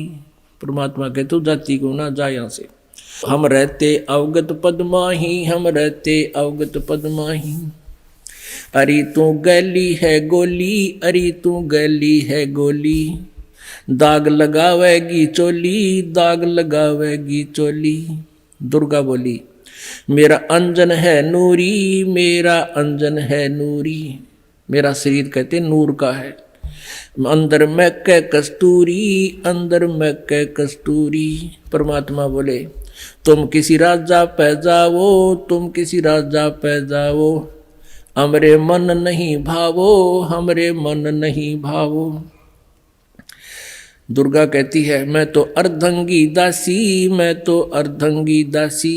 परमात्मा बोले हम तो अनहदपुर वासी, हम तो अनहदपुर के वासी। हमरा अनहद में डेरा, हमरा अनहद में डेरा। अंत ना पावेगी मेरा, अंत ना पावेगी मेरा।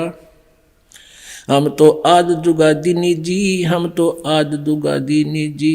अरे तुझे माता कहूँ अकधी, अरे तुझे माता कहूँ अकधी। अब दुर्गा जब नहीं पार बसाई, अब मैं देऊंगी गाड़ी, अब मैं देऊंगी गाड़ी। हम तो जोगी ब्रह्मचारी, हम तो जोगी ब्रह्मचारी। आसन बांधूंगी जिंदा, आसन बांधूंगी जिंदा। गल में डारूंगी फंदा, गल में डारूंगी फंदा। आसन मुक्तारी माई, आसन मुक्तारी माई।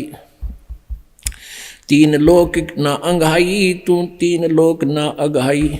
यानी छेगे नहीं। परमात्मा कहते हैं तीन लोक के देवताओं की दुर्गति कर रही, इनमें नहीं छक्की तू। हमरे द्वारे क्यों रोवो, हमरे द्वारे क्यों रोवो। परमात्मा कहते हैं मेरे सामने क्यों रो रही है कि तेरी दाल गले नहीं। हमरे द्वारे क्यों रोवो, हमरे द्वारे क्यों रोवो। किसी राजा राणा कुंजो, किसी राजा राणा कुंजो। तू तो जोगनी है खंडी, तू तो जोगनी है खंडी, मोरा फेर चली लंडी, मोरा फेर चली लंडी। परमात्मा कहते हैं फिर मुंह मोड़ कर चल पड़ी वह लंडी नालायक। हिला देना रे भाई, हिला देना रे भाई, हंसा परसत ही खाई, हंसा परसत ही खाई। अब देखो कितना निर्णय दिया है परमात्मा ने कि जो निकम्मी प्रकार की लड़कियां होती हैं, औरतें हैं, वो कितना हानि पहुंचाती हैं, और अच्छी बहन बेटी माइयों के बारे में परमात्मा ने फिर कैसा निर्णय दिया है। बदनारी लंगर कामणी या बोले मुद्रे हेत, फेट पड़े छोड़े नहीं क्या मगर कुरुक्षेत्र। बदनारी लंगर कामनी या बोले मुद्रे बोले, फेंट पड़े छोड़े नहीं ये काटे घूंघट झोले। बदनारी लंगर कामणी या बोले मुद्रे बोले, कोई एक साधु उबरे या करे लाख में चोट। बदनारी लंगर कामणी या बोले मुद्रे बहने, जाको नहीं पति जिए घूंघट घट में सैन। बदनारी लंगर कामणी या बोले मुद्रे बहने, जाके पास न बैठियो जाका कैसा दीन। बदनारी नाही नाहरी ये है जंगल का शेर, बाहर भीतर मारे है मुनिजन की ये जेर। सतगुर हेला देते हैं ये सुनियो संत सुजाने, बदनारी पास न बैठियो बदनारी आई खान। नैना काजर बाहे कर ये खाए लिए हैं हमसे, हाथों मेहंदी लाए कर ये डोब दिए कुलबन से। अपनी आत्माओं, हम अपनी बहन बेटियों को जो उपदेश लेती हैं उनको ये इस प्रकार के आडंबरों से मना करते हैं। ये अच्छी बहन बेटियों की नहीं होती। मेहंदी लगाना और फंड करना, नाखून पालिश, ये तो बकवादों की बातें होती हैं। इसलिए हमने भक्त बनना है, अच्छा समाज बनाना है, तो भगवान के आदेश अनुसार ही चलना होगा। नैनो काजर बाह कर ये खा लिए हैं हमसे, हाथों मेहंदी लाए कर ये डोब दिए कुलबन से। उल्टी मांग भराए कर ये मंजन कर हैं गाते, मिठी बोले मगन होए ये लावे बहुवित घात। माया काली नागिनी ये अपने जाए खाते, कुंडली में छोड़े नहीं सो बातां की बात। अपने आत्माओं, अब ये सारा व्यवस्था ज्योति निरंजन काल और दुर्गा के कंट्रोल से चल रहा है। अब जो भी यहाँ प्रभाव प्रत्येक प्राणी में है, ये तीनों गुणों के दबाव से होता है, और इन दोनों ने ही अपने संयोग से इनको रजगुण तमगुण सतगुण युग बना रखा है। इनके प्रभाव से ये सारा कुछ हो रहा है। फिर क्या बताते हैं, जैसे यह माया दुर्गा और ये काल का जो जाल है, ये कुंडली बतावे। कुंडली जैसे एक नागनी अंडे पैदा करती है, जब अंडों से बच्चे बनने का समय आता है तो अंडों के चारों तरफ वो अपने पूंछ से, दूम से चक्कर लगा लेती है, कुंडली लगा लेती है, और अपने मुंह को मोड़कर उनको फोड़ती है। अंडों को फोड़ देती है, उनसे बच्चे निकल जाते हैं। वो निकल कर बच्चों को भी आभास होता है तुम्हारी माँ खाएगी तुम्हें, तो वो बारी बारी खाना शुरू कर देती है। जब तक वो एक बच्चे को खाती है तब तक दूसरे चेष्टा करते हैं उस कुंडली माँ के शरीर के ऊपर से चढ़ चढ़ा कर बाहर, जब उस कुंडली तो बाहर तक पड़ गया, निकल गया तो बच गया, और जब उस कुंडली में उसका ठह गया सारा न खाओगी। तो अब हम इस काल माया की काल की कुंडली में हैं, और ईब ये समय है यहाँ से निकलने का। जो निकल गए तो बच गए, ना तो ये फिर दुर्गति में ऐसे ही रखेगा। इसने कुंडली मार रखी। तो कुंडली में तो कौन कौन निकले? कुंडली में से निकले रे दास दत्त संग कबीर, सुखदेव ध्रुव प्रहलाद से नहीं निकले रणधीर। इस माया की कुंडली से कौन कौन निकले? रविदास जी और दत्तात्रेय, कबीर परमेश्वर की शरण में आकर उनका उद्धार हुआ, अन्यथा नहीं। और सुखदेव ध्रुव प्रहलाद से ये नहीं निकले रणधीर। ना ध्रुव, ना प्रहलाद और ना सुखदेव, ये सतलोक नहीं गए, लेकिन आम व्यक्ति से अधिक साधना करके इन्होंने एक अच्छा स्थान प्राप्त करके काल की एक कुंडली में से निकले सुल्तानी और बाजीद, गोपी चंद ना भरतरी लाई डाक फरीद। ना गोपी चंद निकला, ना भरतरी निकला, वो शेख फरीद निकला और सुल्तान बाजीद निकला। सुल्तानी अधम, सुल्तान अब्राहम अधम सुल्तानी और वाजीद जी और शेख फरीद, ये कबीर परमेश्वर की शरण में आकर निकले। ना गोपी चंद पार हो पाया, ना भरतरी, लेकिन अन्य व्यक्तियों से अधिक अच्छी साधना उन्होंने की, लेकिन है कुंडली में। जनक विदेही ना उबरे ये नगनी बांधी डाढ़, नानक दादू उबरे भाई ले सतगुरु की आड़। नानक जी और दादू जी कहते हैं ये सतगुरु की शरण में आकर ही इस काली नागन की कुंडली से बाहर हुए। 3 लोक घाणी घली ये 14 भवन बिहंडे, माया नगनी खा लिए है सकल दीप नौखंड। अब अच्छी बहन बेटी माइयों के बारे में कलम तोड़ महिमा गाई है गरीबदास साहिब जी ने। भाई बोलूंगा निष्पक्ष हो जो चाहो सो कीने, के अपनी क्या और की ये सब ही बदनार मलीन। अब अच्छी नारियों के बारे में, बहनों के बारे में, माइयों के बारे में क्या कहते हैं? गरीब नारी नारी भेद है, एक मैली एक पाक। पाक माने पवित्र अच्छी, मैली माने निकम्मी। और जा उदर धुर उपजे जाकी भरिए साख। जिस देवी के उदर से ध्रुव जैसे महान आत्मा उत्पन्न हुए, ऐसी देवी सराहनीय है। कामनी कामनी भेद है, एक मैली एक पाक। जा उदर प्रहलाद थे, जाकू जोड़ू हाथ। जिस माता के गर्भ से प्रहलाद जैसी पुण्यात्मा को जन्म हुआ, ऐसी माता आदरणीय है, उसको प्रणाम करता हूँ। कामनी कामनी भेद है, एक उज्जवल एक गंदे। जा माता प्रणाम है, जहाँ भरतरी गोपी चंदे। गोपी चंद भरतरी जैसी आत्माएं जिन माताओं से जन्म लिया, वो माताएं भी आदरणीय हैं। कामनी कामनी भेद है, एक हीरा एक लाल। दत्त गोसाई उतरे अनसुईया के नाले। कामनी कामनी भेद है, एक रोजम एक हंस।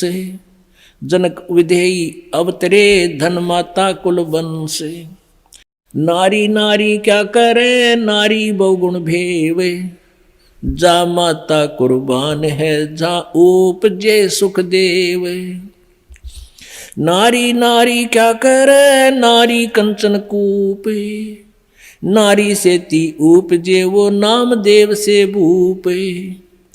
नामदेव जैसे महान आत्मा जिस माँ से जन्म लिया, तो ऐसे नारी नारी में बहुत अंतर है। एक वो पुण्यात्मा जिसने ऐसे पवित्र पुत्र को जन्म दिया, वो माँ नेक नारी हैं। नारी नारी क्या करे, नारी कंचन कूप। नारी से ती उपजे, ये नामदेव से भूप। गरीब नारी नारी क्या करे, नारी भक्त बिलास। नारी से ती उपजे, ये धना भगत रविदास।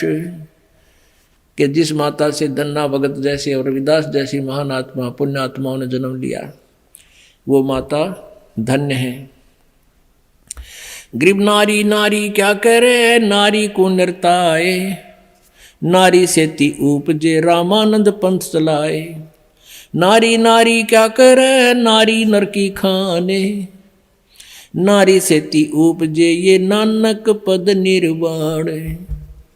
कहते हैं प्रत्येक नारी को नहीं पिछड़ा रहे हम। नारी तो नर की खान है, यानी मनुष्य को उत्पन्न करने वाली माता ही नारी एक खान है, यानी इसी से उत्पन्न होते हैं। और नारी से ती उपजे, नानक जी जैसे महान आत्मा। नारी नारी क्या करे, नारी सरगुण बेले।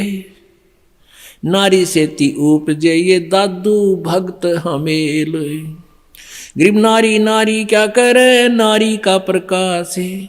नारी से ती उपजे ये नारद मुनि से दास है। गरीब शब्द स्वरूपी उतरे, सतगुरु सत्य कबीर। दास गरीब दयाल हैं, डगे बंदावे धीर। के नारी से एक ही उत्पन्न नहीं हुआ, शब्द स्वरूपी उतरे सतगुरु सत्य कबीर। और दास गरीब दयाल हैं, डगे बंदावे धीर। अब कोई कहता भी अभी समय नहीं है, भक्ति नहीं करते, कोई टेंशन होगी है। पुण्यात्माओं, ये टेंशन तो बनी रहेंगी, क्योंकि काल का लोक ही ऐसा है। और इन सभी जो छोटी मोटी आपके साथ चल रही है, कोई परमात्मा के नाम लेते लेते भी आपके ऊपर कोई आपदाएं छोटी मोटी आ रही हैं, तो ये विचार करना कि यदि परमात्मा का सहारा ना होता, ये छोटी आपदाएं नहीं होती, ना जाने के कहर तोड़ देती आपके ऊपर। अब जैसे आप जी ने परमात्मा का, परमेश्वर कबीर जी का नाम ले रखा है, और फिर भी आप पर छोटी मोटी कोई आपदाएं आती हैं, आप ये सोच बैठते हो, कई बार मन इतना नालायक है, ये परमात्मा से दूर करने के लिए ना जाने कितनी स्कीमें तैयार करता है, अपने हिसाब से सोचता रहता है।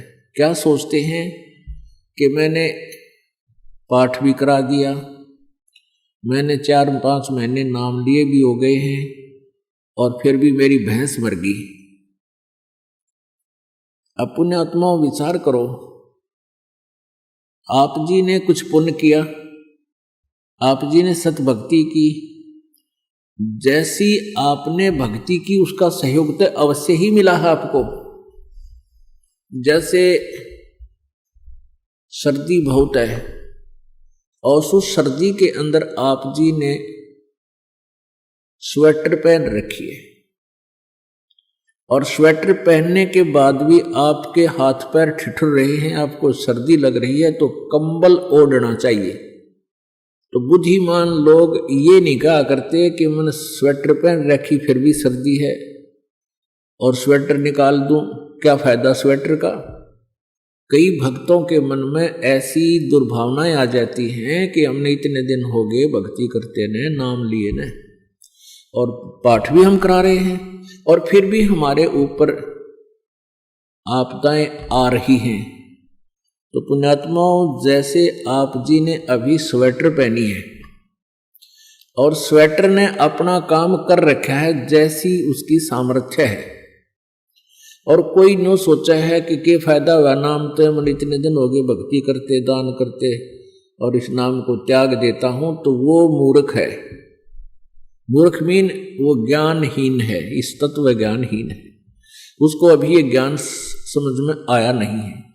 अब जैसे उस स्वेटर का जितना अपना प्रोटेक्शन करने का था, वो प्रोटेक्शन उसने कर रखा है, लेकिन सर्दी ज्यादा है, उसके लिए स्वेटर पहन, वो जर्सी पहन, और जर्सी से भी सर्दी नहीं लग रही है तो उसके ऊपर का कंबल या चादर मोटी ओढ़। ये नहीं कि सर्दी लग रही है तो इस स्वेटर न निकाल दूं, जर्सी पहन ली, इससे भी सर्दी लग रही है इसको भी फेंक दूं, तो उससे तो सर्दी आपकी जान ले लेगी। तो ऐसे ही आप जी जितनी भी भक्ति कर रहे हो अभी तक, उसका सहयोग, उतना सहारा आप जी को अवश्य मिला हुआ है। तो ये सोच लेना चाहिए कि आप जी के कर्मों की यह सर्दी बहुत ज्यादा है, अत्यधिक है।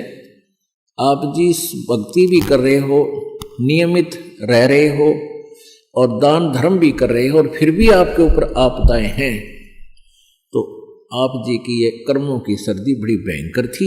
अगर आपने प्रोटेक्शन ना कर रखा होता, परमात्मा की शरण में नहीं होते, तो आपकी जान चली जाती, परिवार में भी बहुत हानि हो जाती। अब तो एक भैंस मरने से ही काम चल गया, भैंस तो और 20 दे भगवान, अगर आपकी भक्ति ठीक रही तो इस प्रकार आप जी ने अपने तत्व ज्ञान को संभाल कर रखना है। इस पर असर करना है, अमल करना है, और इसके आधार से अपने इस भक्ति मार्ग पर लगा रहना है। अब कई भक्त कहते हैं जी हमें, मेरे 3 दिन मंत्र ना जपा, मैंने 4-5 दिन मैंने नाम नहीं जपा। क्यों नहीं जपा? कि टेंशन हो गई थी।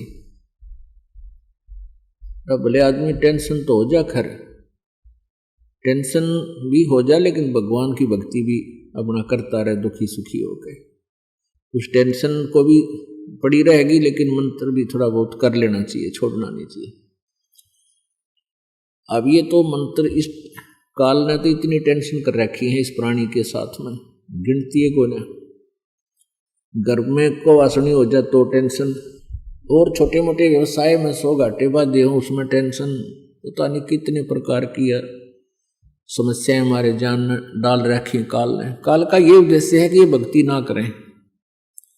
जब इनको मनुष्य शरीर प्राप्त हो तब तो इनमें इतनी टेंशन भर दी या विकार भर दिए, कोई घुट्टी लावे, कोई जुआ खेले, कोई दारू पीवे, बीड़ी पीवे, सिगरेट पीवे, कोई 2 नंबर के काम में, कोई कोठी बनाने के काम में, यानी को इनको सबको ऐसा व्यस्त कर रखा है कि फुर्सत है कोई ना। और फिर अब ये है भक्ति का समय आ गया, अब ये भक्ति युग आ गया, भक्ति का काल आ गया, समय भक्ति काल, बिचली पीढ़ी आएगी। और इसमें काल ने कति पूरा अंगा ला दिया। ऐसे ये टेक्निकल जो ना ऐसे बना दिए इलेक्ट्रॉनिक इंस्ट्रूमेंट, जैसे mobile phone, TV, satellite, internet, कि ये जीव जब भी आँख खुले रात में या तो मोबाइल में बकवास देख ले, या सामने टीवी रिमोट से ऑन, उठ कर भी ना जाना, रजाई में पड़ा पड़ा ऑन कर ले, उसमें नाचने गाने बकवास सुन ले, यानी भक्ति से कोसों दूर रहे ये प्राणी। अब इसने कितना कुछ, अभी 20-30 वर्ष से आप देख रहे हो कितना कुछ इस साइंस ने तरक्की कर दी, या काल गिवन है, इस काल ने दे रखी है। और परमात्मा ने भी ये समय इसीलिए चुना था कि अब ये जो साइंस के इंस्ट्रूमेंट हैं ये हमारा काम आएंगे। एक जगह बैठे और लाखों करोड़ों जगह टीवी में परमात्मा की महिमा को घर बैठे सुन सका करोगे। हम इनमें बकवाद क्यों देखेंगे? हम भगवान देखेंगे, परमात्मा की चर्चा सुना करेंगे, तो हम इसका सदुपयोग करेंगे। तो पुण्यात्माओं, ये परमेश्वर कहते हैं, जिन हर जैसा सुमरिया अर्ता को तैसा लाभ, ओसा प्यास न भाग ही जब लग दसैनी आब। जिन्होंने जैसी भी भगवान की भक्ति की है उनको उतना ही लाभ अवश्य मिलेगा। और ओस पीने से प्यास नहीं बुझती, ओस चाटने से प्यास नहीं बुझती। प्यास बुझेगी गट गट गिलास पीने पानी के, गिलास के गिलास पिया जब प्यास बुझेगी। तो हम पहले क्या करते थे, दान धर्म कितना करते थे, 2 रुपये चढ़ा दिए को 5 मुश्किल थे, 10 चढ़ा दिए तो बड़े खुश होया करते थे। या 100 रुपये का प्रसाद बांट दिया हनुमान जी के मंगलवार ने, तो ये हमारी पूजाएं थी। तो ये तो हम ओस चाट रहे थे। और अब आप देख रहे हो पाठ के पाठ करवाए जा रहे हैं, भगवान के हवन के लिए जोत के पैसे, जोत का घी दान किया जा रहा है, ये गिलास के गिलास पिए जा रहे हैं और इनसे प्यास बुझेगी। कोई पाठ करवा रहा है, कोई वैसे गुप्त दान, खूब वैसे दान दे रहे हैं, तो ये गिलास के गिलास पानी के पिए जा रहे हैं, इनसे प्यास बुझेगी, इनसे आपको पूर्ण लाभ होगा। और सतभक्ति मंत्र करेंगे, आजीवन मर्यादा में। अब ये टेंशन तो काल ने या पैदा कर रखी है कि भक्ति ना कर सके, लेकिन इन टेंशनों में ही आपने भक्ति करनी पड़ेगी। चाहे रो के करो, चाहे खुश होकर कर लो, दुखी होकर कर लो। मान लीजिए कोई घर का सदस्य उपदेशी नहीं था, उसकी मृत्यु होगी, दुख तो बहुत आता है, क्योंकि हमारा एक हमारे अंदर एक ऐसी व्यवस्था बन गई, हम रह नहीं सकते, रोना भी पड़ेगा, भाई खूब बुरा हाल विलाप भी करेंगे, लेकिन फिर भगवान भी फिर याद रखे परमात्मा ये क्या ले गए इतने दिन, उन बातों ने ध्यान रखे कि ये क्या लेके गया। अगर हम ये भक्ति कर रहा होता, परमात्मा इसको जीवन दान भी देता, इसकी आयु भी बढ़ा देता यदि सत भक्ति करता था। और ये लेके क्या गया, सारा जीवन बर्बाद कर गया। तो इस प्रकार इन सब विचारों को ध्यान में रख के, सब बातों को विचार करके और भजन जरूर करें। चाहे याद तो बहुत आते हैं, मृत्यु को प्राप्त हो जाते हैं जो साथी परिवारजन, लेकिन भगवान भी रो रो के मालिक ने भी याद रखे, मतलब भूला नहीं भगवान को। और भी कई प्रकार की टेंशन हो जाती है, किसी प्रकार की कई चिंताएं होती हैं, लेकिन चिंताएं तो हैं, चिंता भी नाम से ही समाप्त होंगी और परमात्मा की भक्ति तक करनी पड़ेगी, इन चिंताओं में करनी पड़ेगी। तो पुण्यात्माओं, इस प्रकार हमने सत्संग सुनकर समझकर अपने जीवन को सफल बनाना है और परमात्मा के प्रत्येक नियम का पालन करते हुए अपने जीवन को सफल करना है। बोलो सतगुरुदेव।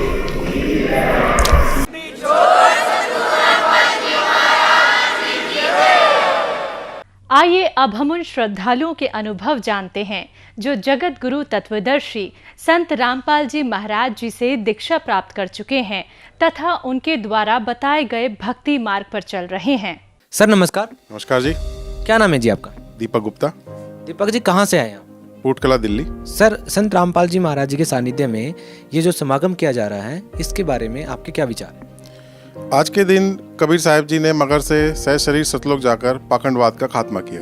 काशी में उस समय कुछ पंडितों ने यह भ्रम फैला रखा था कि जो व्यक्ति मगर में शरीर त्यागेगा वो नरक को जाएगा और जो व्यक्ति काशी में शरीर त्यागेगा वो स्वर्ग में जाता है। कबीर साहब ने सह शरीर सतलोक जाकर ये सिद्ध किया कि सद्भक्ति करने वाला चाहे कहीं भी शरीर त्यागे, वो अपने उद्देशित लोक को ही जाता है। जो भक्ति कबीर परमेश्वर ने 600 साल पहले आके बताई, उसी भक्ति को बताने के लिए स्वयं सतगुरु रामपाल जी महाराज जी आए हुए हैं, उन्हीं के भेजे हुए संत हैं। सर मैं दावे के साथ कह सकता हूं कि आज संत रामपाल जी महाराज ये एक पूर्ण संत है जो इस पृथ्वी पर अवतरित हैं, क्योंकि पूर्ण संत केवल ज्ञान ही नहीं देता, वह पूर्ण समाधान भी देता है। संत रामपाल जी महाराज जी से नाम उपदेश लेने के बाद हमारे को अनेकों लाभ हुए। सबसे बड़ा लाभ तो ये हुआ कि संत रामपाल जी महाराज ने मेरी जो है आयु बढ़ा दी, जो कि मेरी कुंडली के अनुसार नहीं थी। मेरे को जो भूत प्रेत की एक भयंकर समस्या थी कि मेरे साथ भी कोई कमरे में भी नहीं रह सकता था, वो भी परमात्मा संत रामपाल जी महाराज ने ठीक कर दी। हमारे घर में बीमारियों का कहर हो चुका था, लोगों का राशन की दुकान पे उधार खाता चलता है, हमारा मेडिकल स्टोर पे उधार खाता चलता था, लेकिन जैसे ही संत रामपाल जी महाराज जी से नाम उपदेश लिया, हमारे घर में कोई भी बीमारी नहीं है, हमारे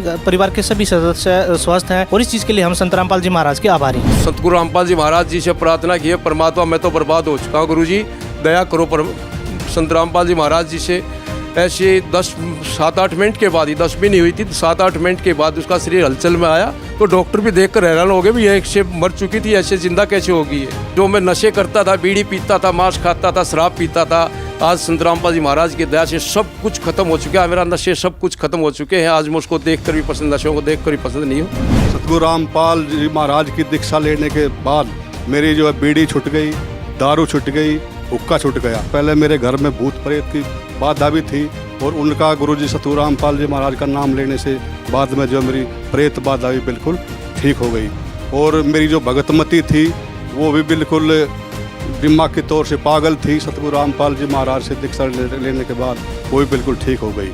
और मेरा जो छोटा भाई था वो एक हिस्सा पैरालाइज से बिल्कुल ख़त्म था, उसका एक हिस्सा, और सतगुरु रामपाल जी महाराज से दीक्षा लेने के बाद वो भी बिल्कुल ठीक है और मेरे घर में बिल्कुल सुख शांति है। रामपाल जी महाराज ने मेरी कैंसर की बीमारी ठीक की। संत रामपाल जी महाराज ने हमारे बोरवेल में बहुत सारा पानी किया था और संत रामपाल जी महाराज ने हमारे घर में खुशियों की जड़ी लगा दी। संत रामपाल जी महाराज जी से नाम दीक्षा लेने के बाद मेरी पथरी ठीक हो गई है। ठीक है, उसकी ये रिपोर्ट है 14 mm की मेरे पित्त की थैली में पथरी थी सर, बिना ऑपरेशन के पर संत रामपाल जी महाराज ने बिल्कुल ठीक कर दी।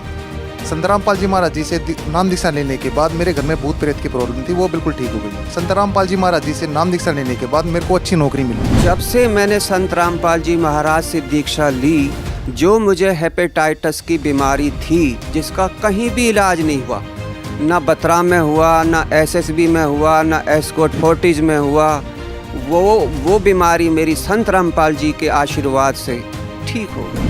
संत रामपाल जी महाराज जी से नाम दीक्षा लेने के बाद मेरे पापा को जो बचपन से 40-50 वर्षों से माइग्रेन की बीमारी थी, वो संत रामपाल जी महाराज जी की कृपा से आज बिल्कुल ख़त्म हो गई है। मेरे माता जी को 3rd स्टेज का कैंसर था। उनकी हालत इतनी क्रिटिकल थी, डॉक्टर जवाब दे चुके थे। ऐसे में हमने संत रामपाल जी महाराज से प्रार्थना की और संत रामपाल जी महाराज की कृपा से मेरी माँ का 3rd स्टेज का कैंसर जड़ से ख़त्म हो गया और वो आज संत रामपाल जी महाराज की कृपा से बिल्कुल ठीक है। उनको किसी तरीके की कोई दिक्कत नहीं है और इस बात को 2 साल हो चुके हैं। सर, जैसे हमने संत रामपाल जी महाराज जी से नाम लिए, हमारी शराब की तरफ तो ऐसी नफरत हो गई कि हम वहाँ देखते भी नहीं हैं वहाँ। और मैं इतना नशा करता था कि कभी भी छोड़ नहीं पाया मैं, लेकिन संत रामपाल जी महाराज की ऐसी कृपा हुई कि संत रामपाल जी महाराज की शरण में आने के बाद वो मेरा नशा भी छूट गया। एक सिगरेट का पैकेट मैं रोज पीता था। संत रामपाल जी महाराज जी ने जो नाम दीक्षा दी है, उसमें जो मालिक की जो संत रामपाल जी महाराज जी हैं, उनके शब्द में उनकी जो भक्ति में पावर है।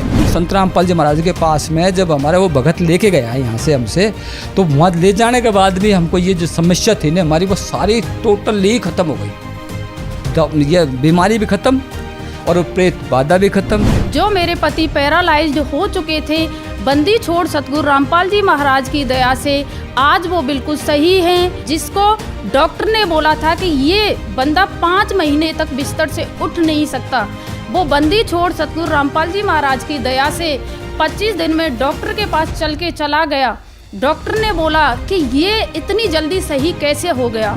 मेरे खुद पेट में 22 पथरी थी, अपर मिडल लेफ्ट और अपर मिडल और बॉटम, और दोनों किडनियों में थी और पेशाब की नली में थी। संत रामपाल जी महाराज की जो सद्भक्ति मिली शास्त्रों के अनुसार, उससे मेरी ये पथरी का भी रोग खत्म हो गया और मेरे घुटने में दर्द रहता था जो वो भी ख़त्म हो गया धीरे धीरे। कोई दवाई नहीं ली, मैं आज तक ऐसे बीमारी नहीं पड़ा जो मेरे को हॉस्पिटल में जाना पड़े। और बाकी लाभ तो रामपाल जी महाराज हमको दे रहे हैं। बच्चे भी नौकरी लग गई, 2 3 थी, अब तो एक छोटा लड़का है, पहले दूसरी नौकरी में था, अब राजस्थान पुलिस में ऐसा ही हो गया है। हमारा सब काम बढ़िया होता जा रहा है। जब से गुरुजी की हम शरण में आए हैं, संत रामपाल जी महाराज की हम शरण में आए हैं, जब से हमारे खेतों में भी खेती कमाई अच्छी होती है और सब काम बढ़िया है, कोई दिक्कत हमको नहीं आई है उसके बाद। और ये आम आदमी नहीं है, स्वयं परमात्मा ये सुख कुछ भी कर सकें। किसी के पास माया नहीं हो माया दे सकते हैं, काया नहीं हो काया दे सकते हैं, बच्चा नहीं हो बच्चा दे सकें, भले सब कुछ कर सकें, ऐसा कुछ नहीं जाए ना कर सके। संत रामपाल जी चाहे जा काम कर सकें। यदि आप भक्ति कर रहे हैं देवी देवताओं की या किसी की भी भक्ति कर रहे हैं, पर आज भी आपके पास दुख है, आप किसी प्रॉब्लम से बहुत स्ट्रगल कर रहे हैं या परेशान हैं, तो this raises a huge question on everything that you are doing कि क्यों हम परमात्मा की भक्ति करते हुए भी दुखी हैं। क्योंकि हम पूर्ण परमात्मा की भक्ति नहीं कर रहे हैं और पूर्ण परमात्मा कबीर साहिब जी हैं, जो ज्ञान सिर्फ संत रामपाल जी महाराज जी ने दिया है। अगर आप सुख प्राप्त करना चाहते हैं तो आपको आज नहीं तो कल संत रामपाल जी महाराज जी की शरण में आना ही होगा।